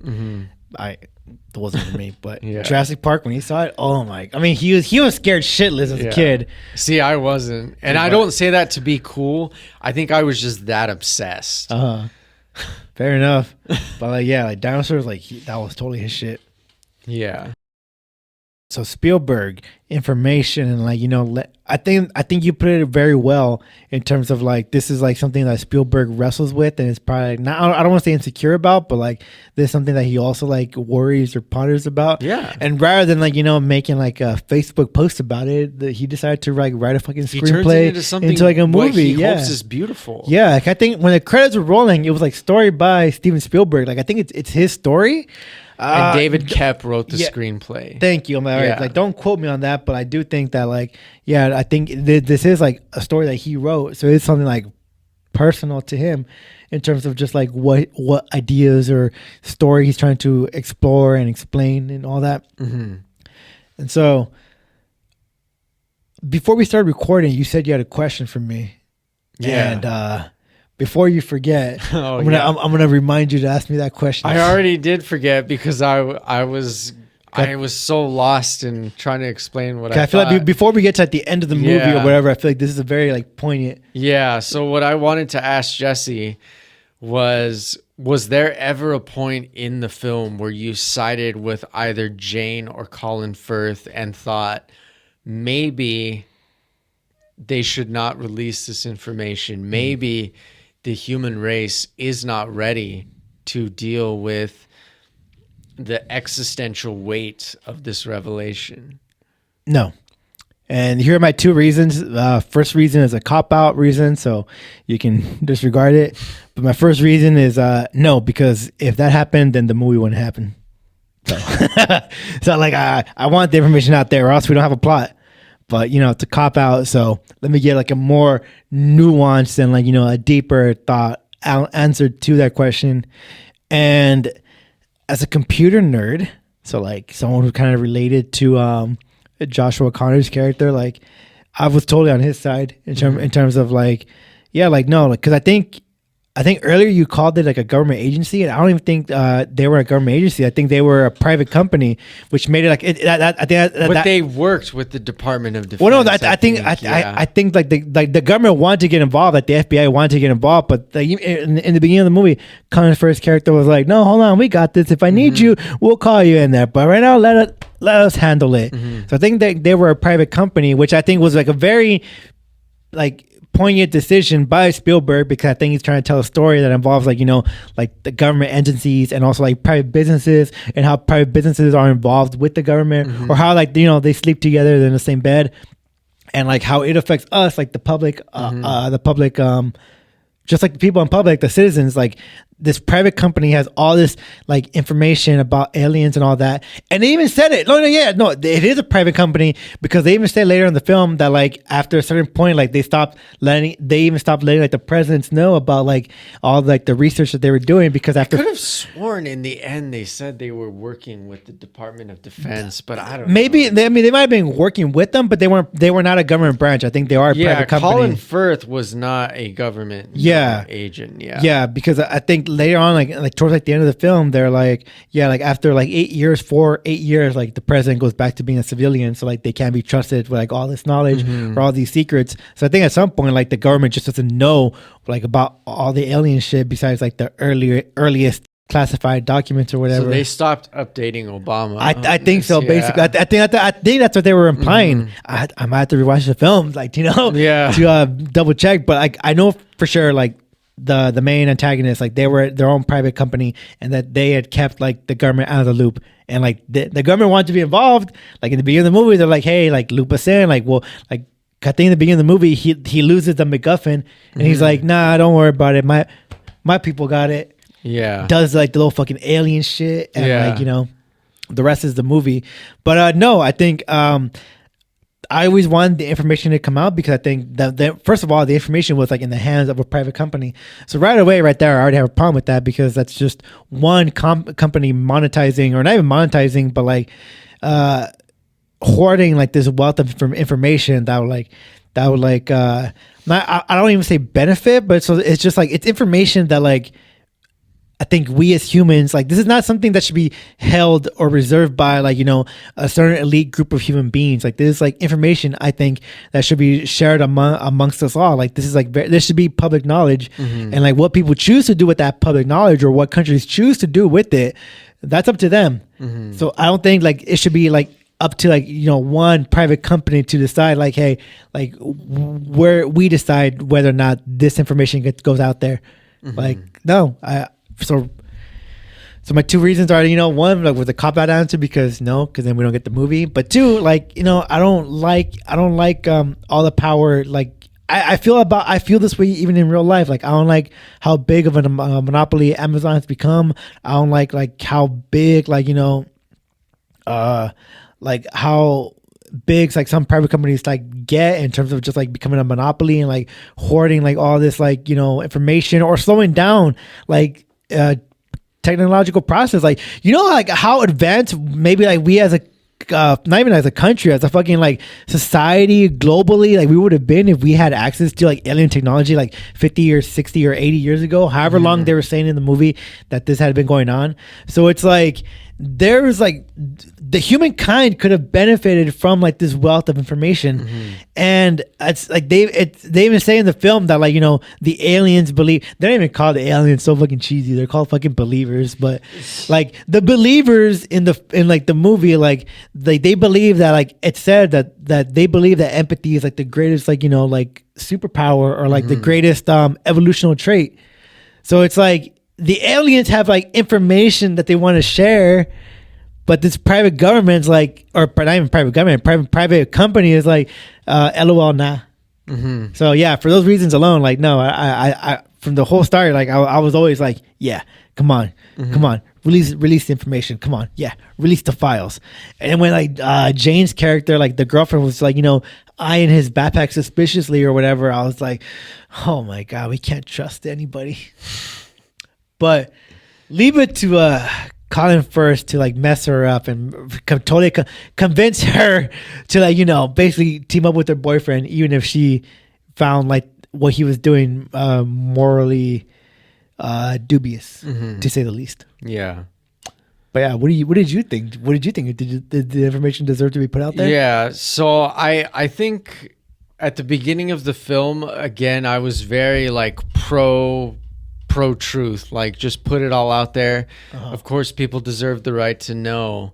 But I think I was actually pretty moved by, I think, the philosophical discussion between Colin Firth and Josh O'Connor. And to some extent, Coleman Domingo. I wasn't as convinced by someone like Jane. Right. I think I think the most compelling case came from Colin Firth's character, and it's not even that I want to say, for one thing, I don't agree with the idea of a private company or private contractors consolidating information for power or policy influence or something like that. But what I do understand is the general premise that they thought perhaps humanity was not ready for the existential weight of confirmation of extraterrestrial life. And I can understand that because there are people who simply cannot wrestle with the fundamental truths of the natural order. And I mean, look at how many people freak out when you tell them that you don't believe in a creator. Like the fact that people melt down over much less important things, I to some degree, I can understand why you wouldn't trust people with the information that extraterrestrial life exists. So it's not that I agree with the power structure of it all, but I can understand why they thought perhaps people aren't ready to hear this. And to some degree, I don't even think, this is just my personal opinion.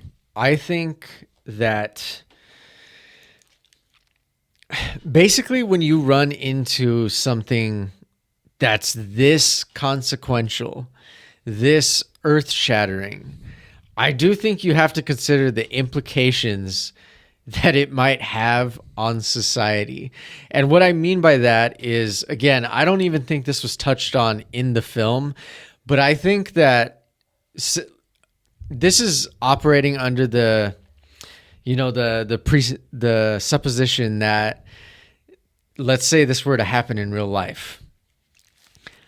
I unfortunately think that confirmation of extraterrestrial life would be met with a collective shrug.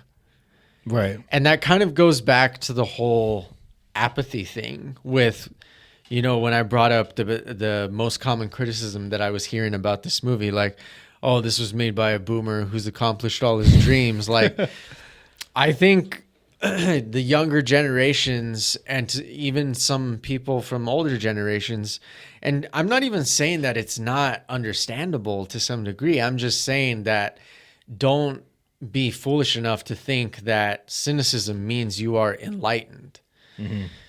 I think that if this were to happen in real life, that most people would just be like,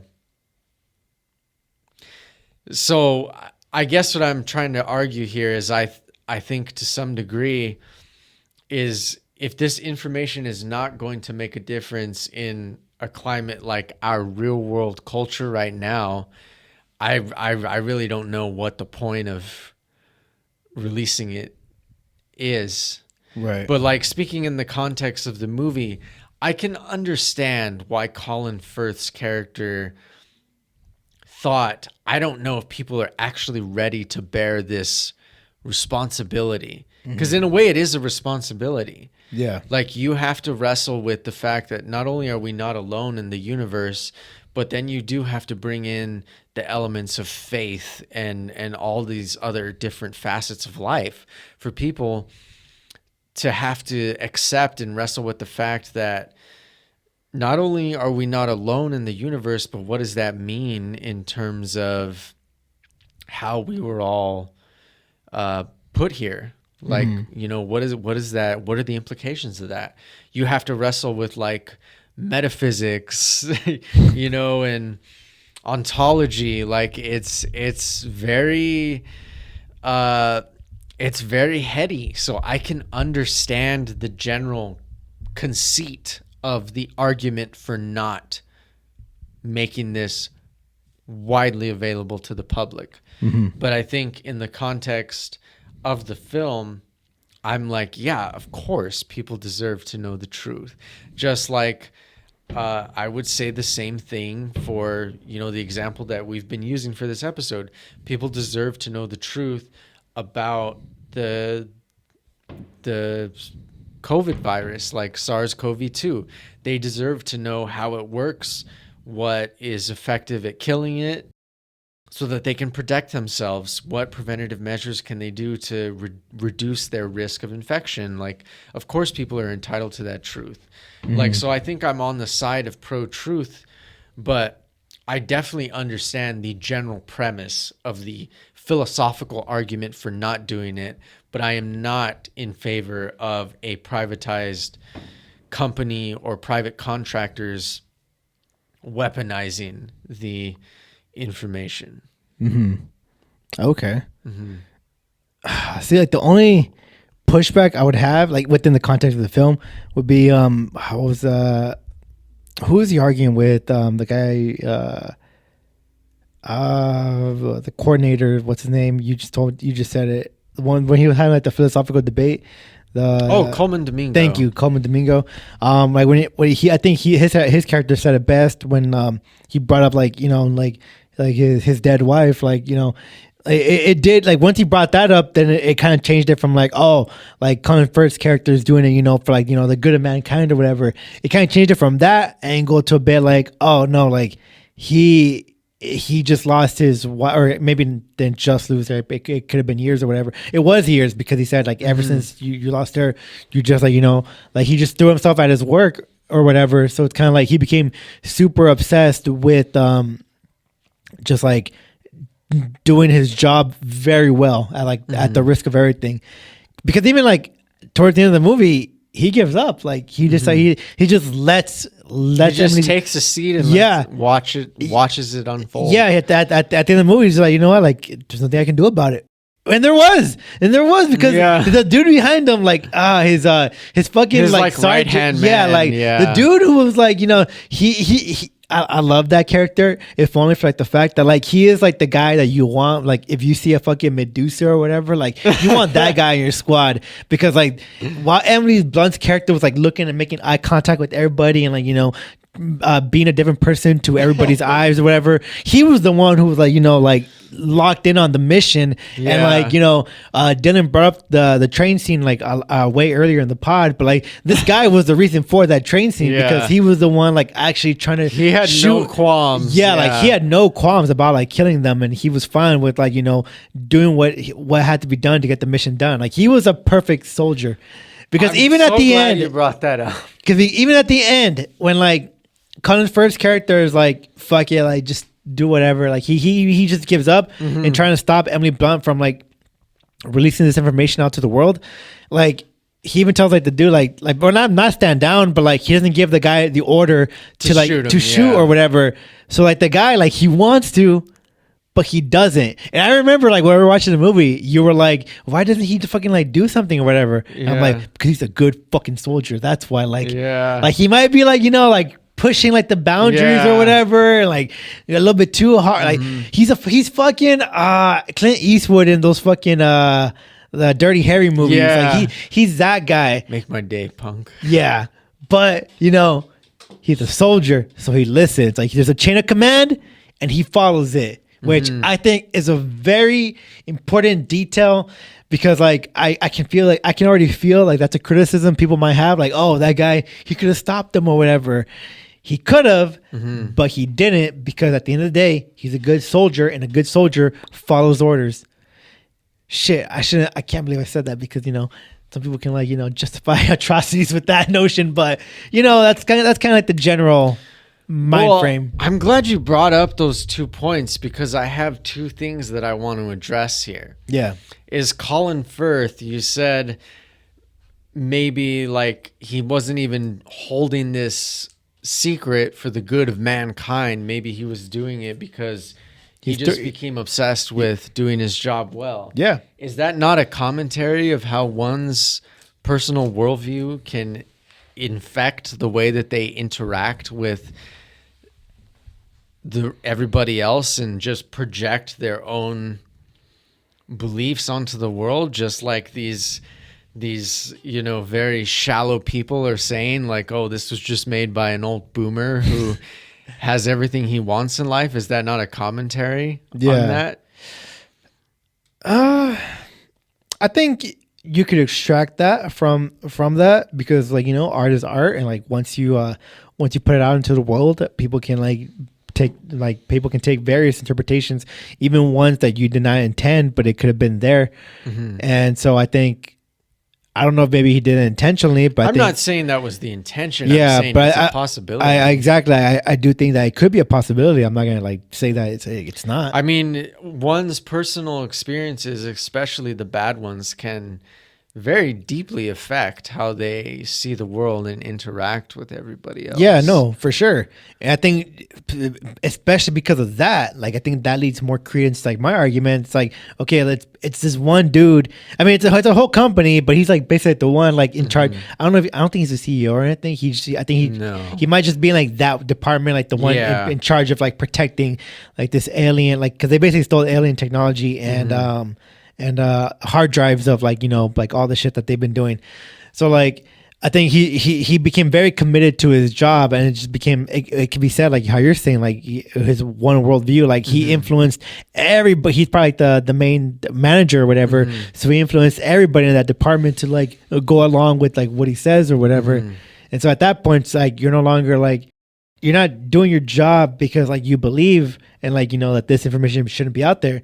You're doing it because like you're throwing yourself at your work to like not think about your dead wife. And so like that's why I'm like, he had a good argument. It's like right message, maybe.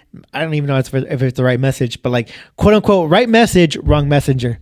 Like he should not be the one giving out this philosophical debate, like dude. Because I think like you're saying like quote, like the other dude, like he brought up like once he brought up like, hey, your dead wife, like you changed. Like we used to be best friends, but after that I could no longer reach you or whatever. Like that's valid.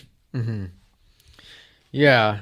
And again, I'm saying like, I think Colin Firth, I can agree with the premise of his philosophical argument. It wasn't so much that I think the message was right, but I'm glad you brought up the right-hand man as well, because in the final act of the film, and really this is like the big climax when they release all the footage, all the documents, and every news station in the world starts to air these things.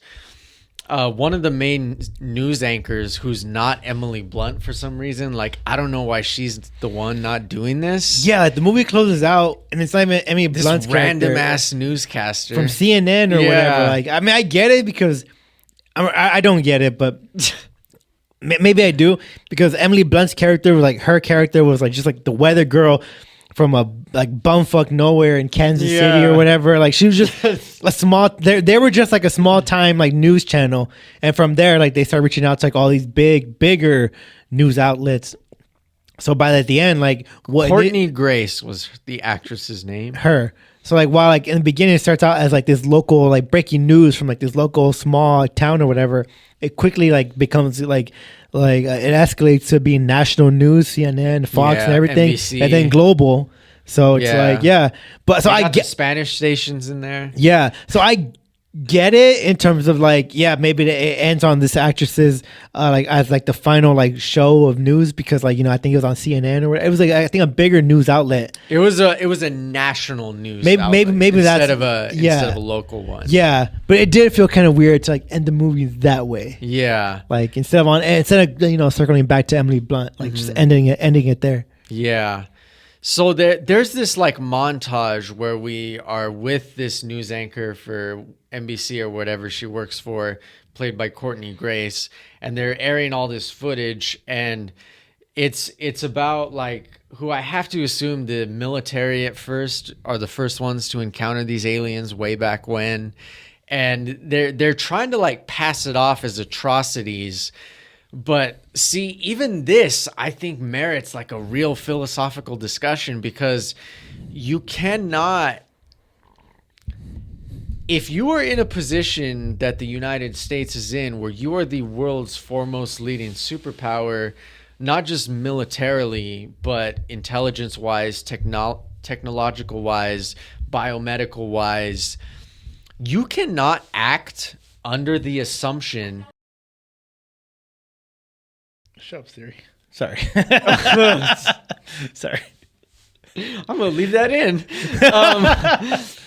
You cannot act under the assumption that extraterrestrial life are your allies.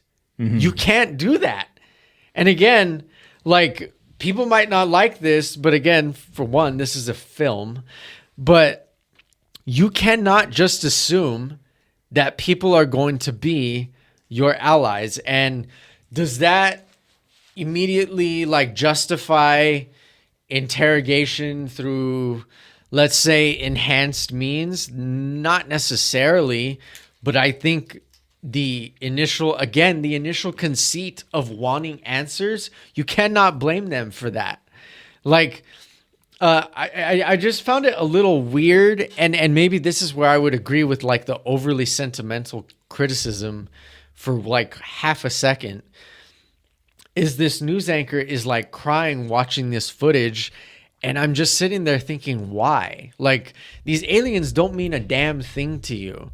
Like, and yeah, you could argue that's another life. Like, I would cry like a baby if I saw someone doing that to a dog. Like, that's abhorrent. But again, you're talking about, you draw the line at aliens. We're talking about a race of beings that is probably so technologically superior to us, which inherently makes them dangerous. You cannot, as the world's superpower, just say, oh, surely these people must be our allies. That is complete naivete. You want to talk about being naive? That would be being naive. You know what's ironic, real quick? You just like totally explained like the whole plot to Superman.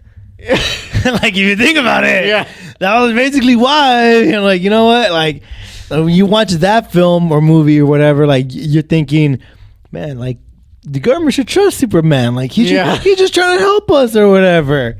You watch Disclosure Day and you're like, well, hold on. Maybe the government had a point, or maybe like this company had a point for like doing what they did. Mm-hmm. Cause I do think what you're saying has some merit in terms of just like this is where I'm gonna shit on humanity. See, this is why this movie is like the opposite of Project Hail Mary. Like, if you want to feel good about humanity, watch Project Hail Mary. If you want to feel like shitty, watch Disclosure Day. Because I think I look at human history. Whenever like the other humans have met other foreign humans, they fight either for resources or for power or for like land or whatever. So it's already in our history, like, but it's not a black and white thing. No, I know, but I'm saying like it's sometimes it is. It's in our history sometimes. Though, like we're like humans, like we're like, I'm not gonna say we're hardwired for conflict, but it's like it's there, like the atrocities that humans have committed. I actually think it is. I actually think it is hardwired, because way back in the Stone Ages, like, then maybe it is fight or die. You know what? It might be like that, fight or flight. And but like, now that we're modern and like we got houses and shit, like no one's worried about like, oh, where am I gonna sleep tonight, or under like a campfire? Like we have homes, we have comfortable beds we can like sleep in or whatever. But like my point is that, fuck, I forgot what my point was. Well, see, look, I'm gonna buy you some time. Thank you. By just saying, like, again, I'm not saying, because like I don't remember every single thing that was in the footage of when we first met the aliens in Disclosure Day. Mm-hmm. I'm not saying every single action is justified, but the idea that you must treat them as a threat has that absolutely has merit. And to say it doesn't is foolish. Okay, yeah. That's where I was like trying to tie it in, because I think, yeah, it's already in human history. Like, we've already like fought like within like ourselves. We like humans to humans and whatever. And we've committed many atrocities towards that. So it's like the very notion that like we if we encounter alien life or whatever, I don't think it's gonna be friendly. Like, while I am on, while I am on the side of like, hey, if alien life exists and someone is like gatekeeping all that information, that's wrong. That information should be out there. We should all know. We should all have this existential dread that like, hey, there are aliens that like, you know, are more advanced than us, and like, push come to shove, we are losing. Just glass us. Yeah. So I see, and these are like the questions that this movie is asking us. That's what I'm saying. And like, and what's crazy is I don't understand how people can watch this movie and say like, "Oh, it was bad." Yeah, and it took us 2 hours to get here, and I bet we can spend like another 2 hours on like this very topic, because like now like we're kind of you're flipping like the script a little bit, because like while I was having like this, like, I don't want to say like positive outlook on humanity or whatever, like I was like more saying like, you know, like, hey, we should like share this information, like everyone should know this or whatever. But like now you're leaning into like, all right, and then what are the consequences of that? And this is where we get to the end of the movie, because I knew this was kind of, I knew this was coming. This was coming because it's a 2.5 hour long movie, and it takes about like 2 hours to like finally get to like the climax scene where like finally Emily Blunt's character is gonna like, you know, become a news anchor and like, you know, news station. Yeah, like spread out this information, and you know, they do say it or whatever. And as all this is happening, all this is happening, you know, I'm thinking it's the end of the movie.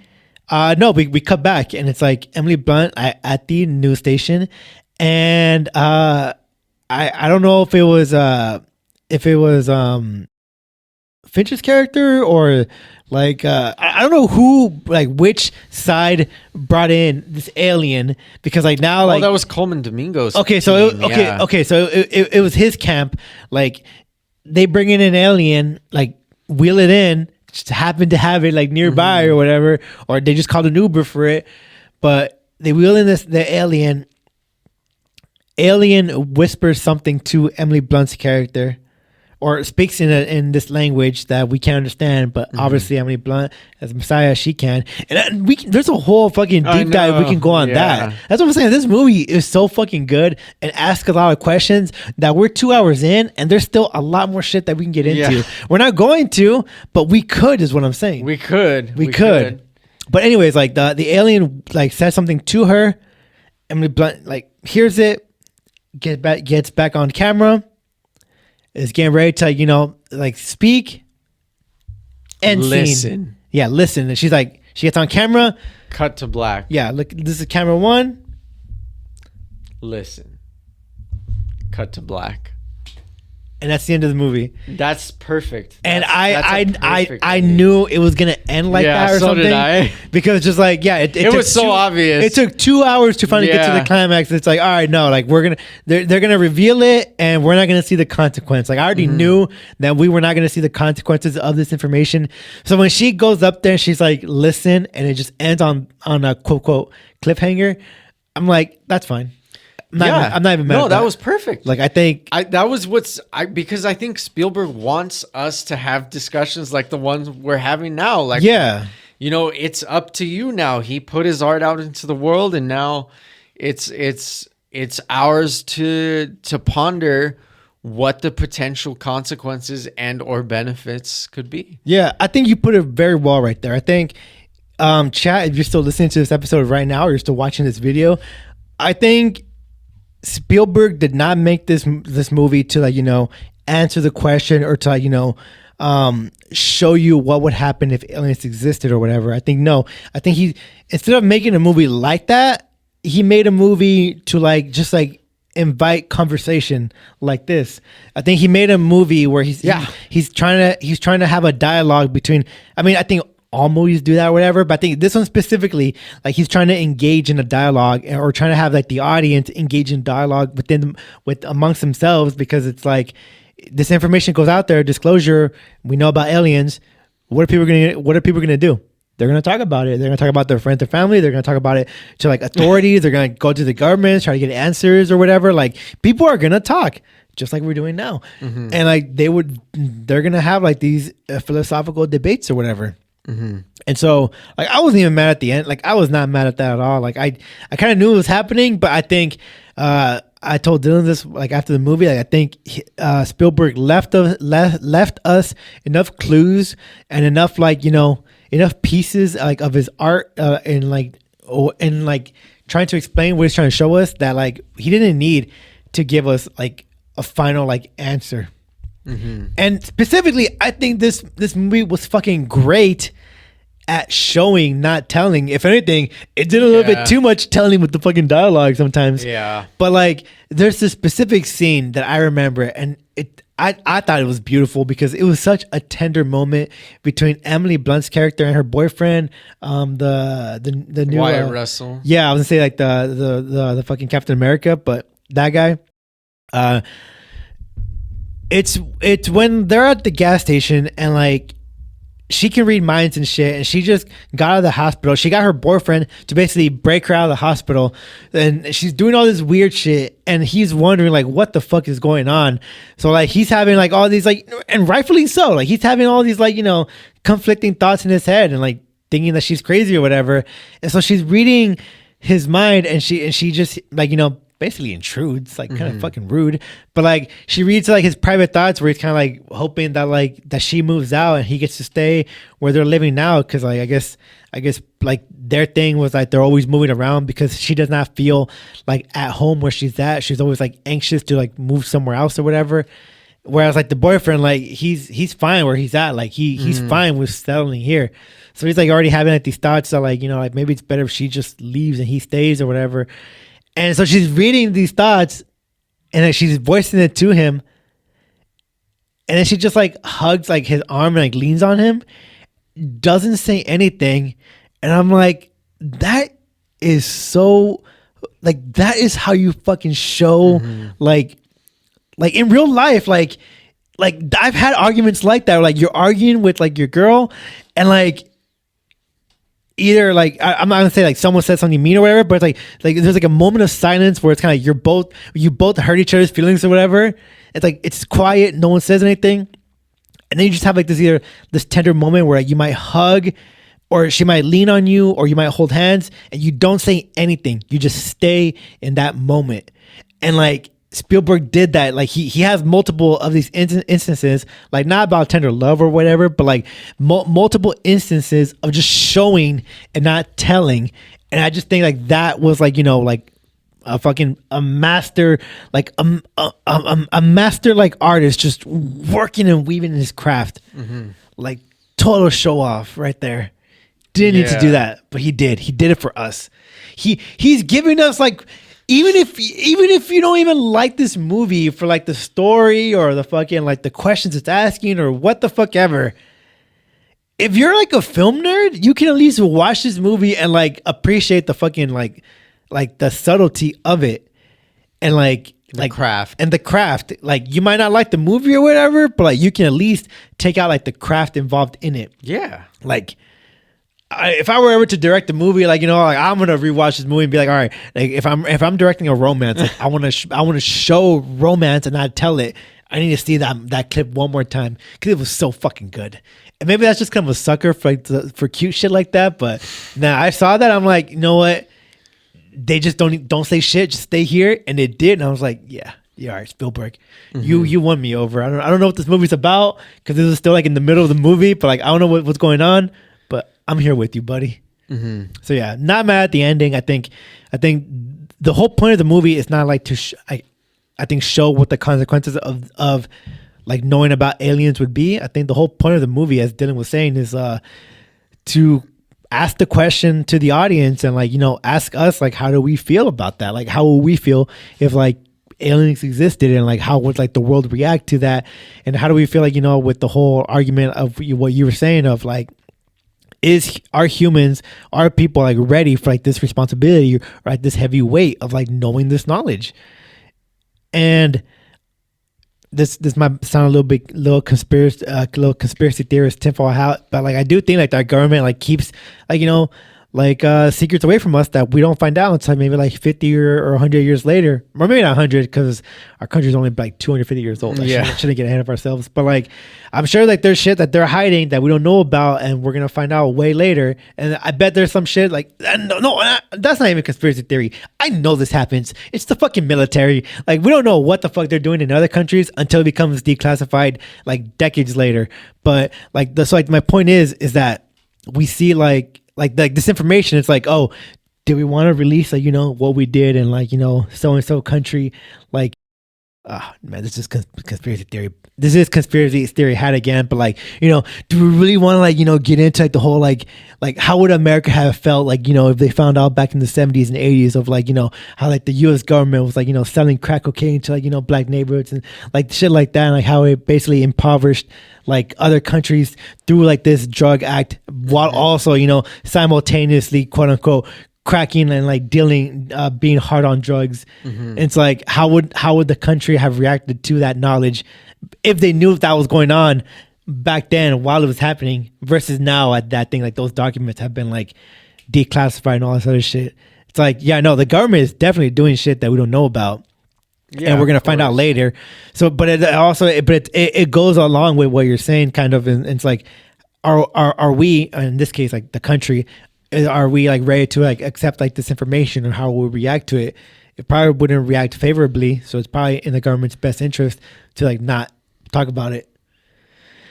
Which is something that this film invites, like this discussion, this dialogue. Like, well, it's talking about aliens, of course, but it's like you can apply it to like real life and like what that philosophical debate looks like. Yeah, man, like it's a great film. Cinema is so back. I mean, it was never gone. It was never gone. But I'm just saying, like, cinema is not dead, and I know this because I've seen Disclosure Day. Yeah. I think you hit the nail on the head, and I don't think it's a conspiracy theory at all to say the government has secrets that they're not because being fully transparent about. Yeah, sometimes I just be shooting off the dome, and I'm like, you know what? Hold on, let me quote unquote, give disclosure and say, hey, hold on, these are just my conspiracy theories. But once I speak them out, I'm like, wait, hold on, I think I'm right. You're cooking. I think I'm cooking here. But gotta give a little disclosure. Yeah, just gonna name drop that, throughout the whole. I should have done that throughout the whole episode, but missed opportunity. But yeah, we've been yapping for like 2.5 hours now, and like there are still more, I think, questions and like honestly, like all the people can make an endless amount of like YouTube essays on Disclosure Day. I think like there are a lot of questions that like this film is asking of us, or maybe Spielberg is asking himself that he's trying to explore and work his way through.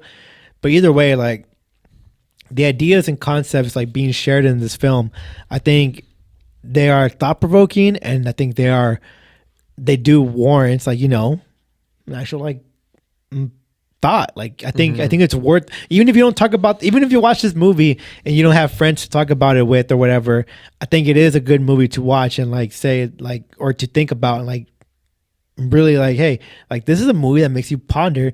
And it's not, and it's confusing in terms of just like in the like it starts in media res. You gotta like, you don't know what the fuck is going on or whatever, but like once you watch it and once you watch like the whole movie, like it all clicks together and it's like, oh, okay, that makes sense. Unlike Inception, where it's like it's a trippy movie that it requires like more than just one watch, like fully grasp what the fuck is going on there. So like that's a confusing movie in a whole different other fucking trippy way. In other words, it's an overwrought movie made by a guy who thinks he's smarter than he actually is. I didn't say that, chat. I said that. Yeah, he did. Oppenheimer is Nolan's only good film. Damn. I disagree, but it's a different. Oh, that's right. Dunkirk exists. Sorry. Whoa. The Dark Knight.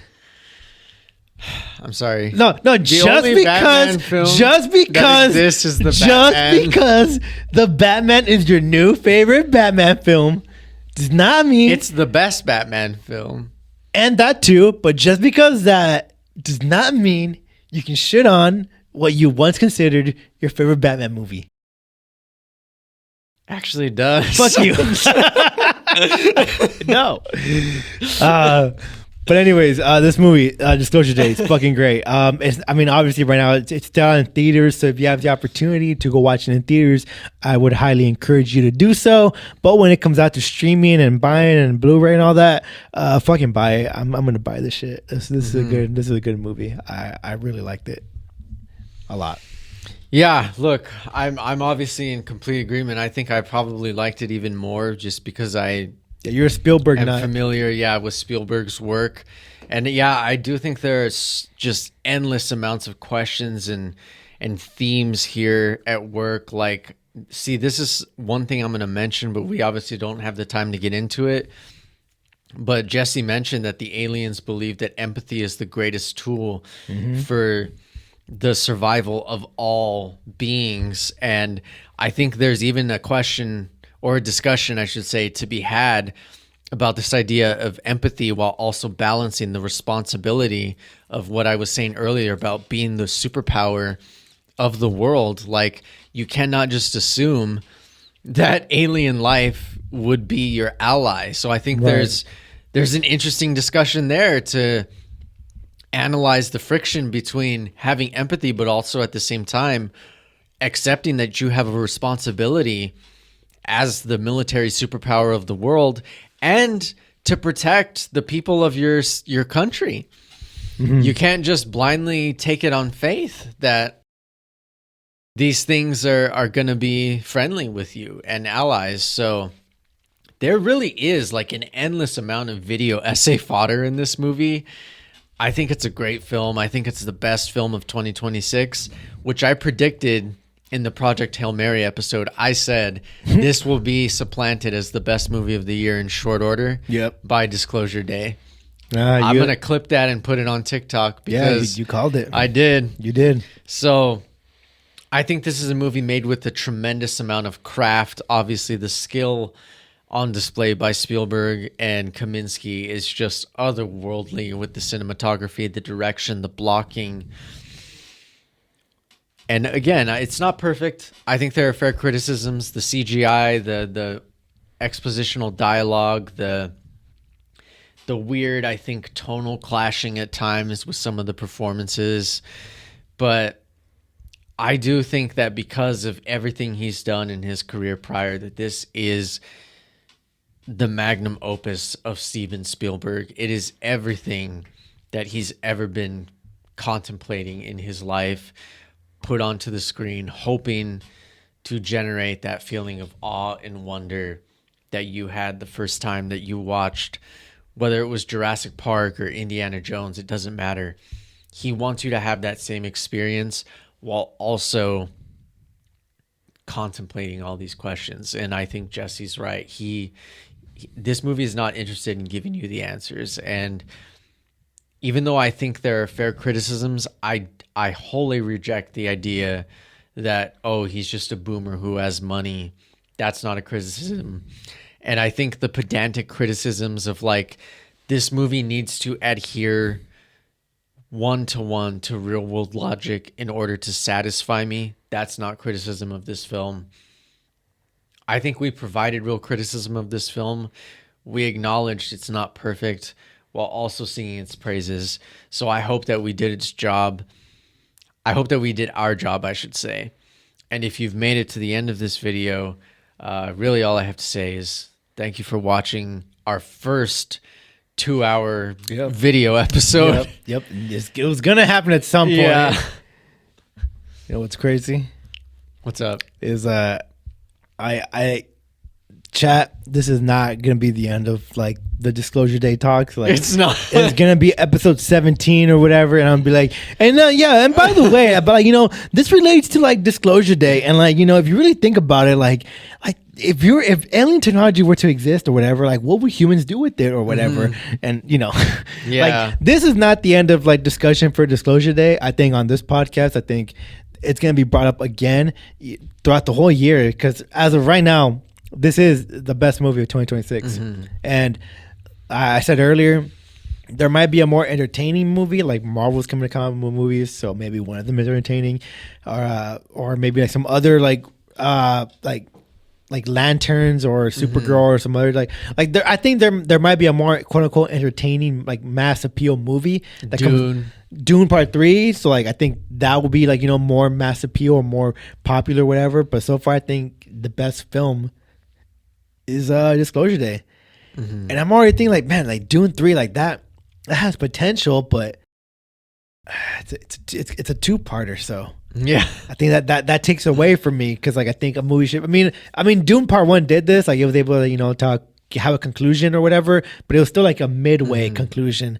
Like it wasn't like, you know, like that. It didn't get like that finale like conclusion. It wasn't like Dead Reckoning. Yeah. So, but I'm already thinking about it. Like I do think Dune 3 will probably be more entertaining. I think I will be more entertained. Like I mean, first of all, it's a fucking like it's another movie in this universe. I'm sure. No. Don't. I was gonna say. I'm sure if they do a Disclosure Day sequel, I'll be into it. But no. I wouldn't be into it. Like I think Steven Spielberg doesn't do sequels. Thank God, because like I think he doesn't need it for this film because he asked the question: if you do a sequel, then you have to answer it. And I don't. Sorry, Spielberg, I don't want your answers. Yeah. I like what you presented me. I want to think about it myself, and then I want to just talk about it. I don't want you to tell me how like. In this hypothetical universe, how people will react to this information. I kind of just want to talk about it. Yeah. So yeah, this is it. Like I said, this is not going to be the end of it. I think I'm going to bring it up some other times. Oh yeah, of course. But yeah, this is Below the Line Podcast, episode 6. I don't know what we're on. 6, 7, 8, whatever. And this is Disclosure Day. The best movie of the year so far. Yeah, dethroning Project Hail Mary from episode 1. So yeah, hopefully we sound a lot better by now. Like I like the way that we look now in terms of just like we're facing the camera. Our vocals sound better. We're getting into a better flow in terms of just like doing the audio and video. And this is like, you know, I think currently our longest episode to date. Not to date, but like at least in terms of video. Yeah. So yeah. That does it for me, folks. Thank you for listening. Show acknowledgments. I'm going to kick it off to Dylan. Yeah, look, I'm not going to keep you here much longer, guys, but I just got to say I agree with Jesse. This is an absolute must-watch in the cinema, a cinematic experience of the highest order. And when it hits home video, this is a purchase, a buy, must-own physical media. So thank you for listening, everybody. As always, the single and most effective way to support us is to follow the show on Spotify, Apple Podcasts, or wherever you get your podcast. If you are watching this video on YouTube, smash that subscribe button. Yes. You might as well subscribe. If you sat through a 2-hour, 40-minute podcast about Disclosure Day, you clearly are either interested or for some reason like us. So you might as well just subscribe to the YouTube channel. I'd appreciate that. We'd appreciate that. Yes, we would greatly appreciate it. For all our links, just check out the description below on YouTube. Exactly. On Spotify, I'm not sure if we do links or if they like the links are in the description. The links are also in the description. Yes. Check that out. Woohoo. So yeah, for all our social media links and for the links to our newsletter and everything, and in the description. All in the description. And I feel like I've plugged like, you know, the socials. Yeah. So like you guys, like now I'm gonna make it easier for you. Just check the description. It's all there. Yes. Yeah. So with that being said, it's just gonna be easier to see on YouTube. So it's all there. The Patreon, the Substack, the Spotify, the TikTok, the Blue Skies. Yes, it's all there. So I'm not going to keep you here any longer. Like I said, we appreciate the love the support. We'll catch you next time. Thank you to Levi for composing our theme music as well as the mixing and mastering of these episodes. Again, I apologize for episode 1. Thank you to Jesse for the show art. And thank you to our producer, Maya, as always, Miss Mind Palace herself. That's going to be it for today, everybody. Take care. Peace. Plants. Namaste. These people work hard, man. Not even just at the top line. Like, all the people below the line work hard.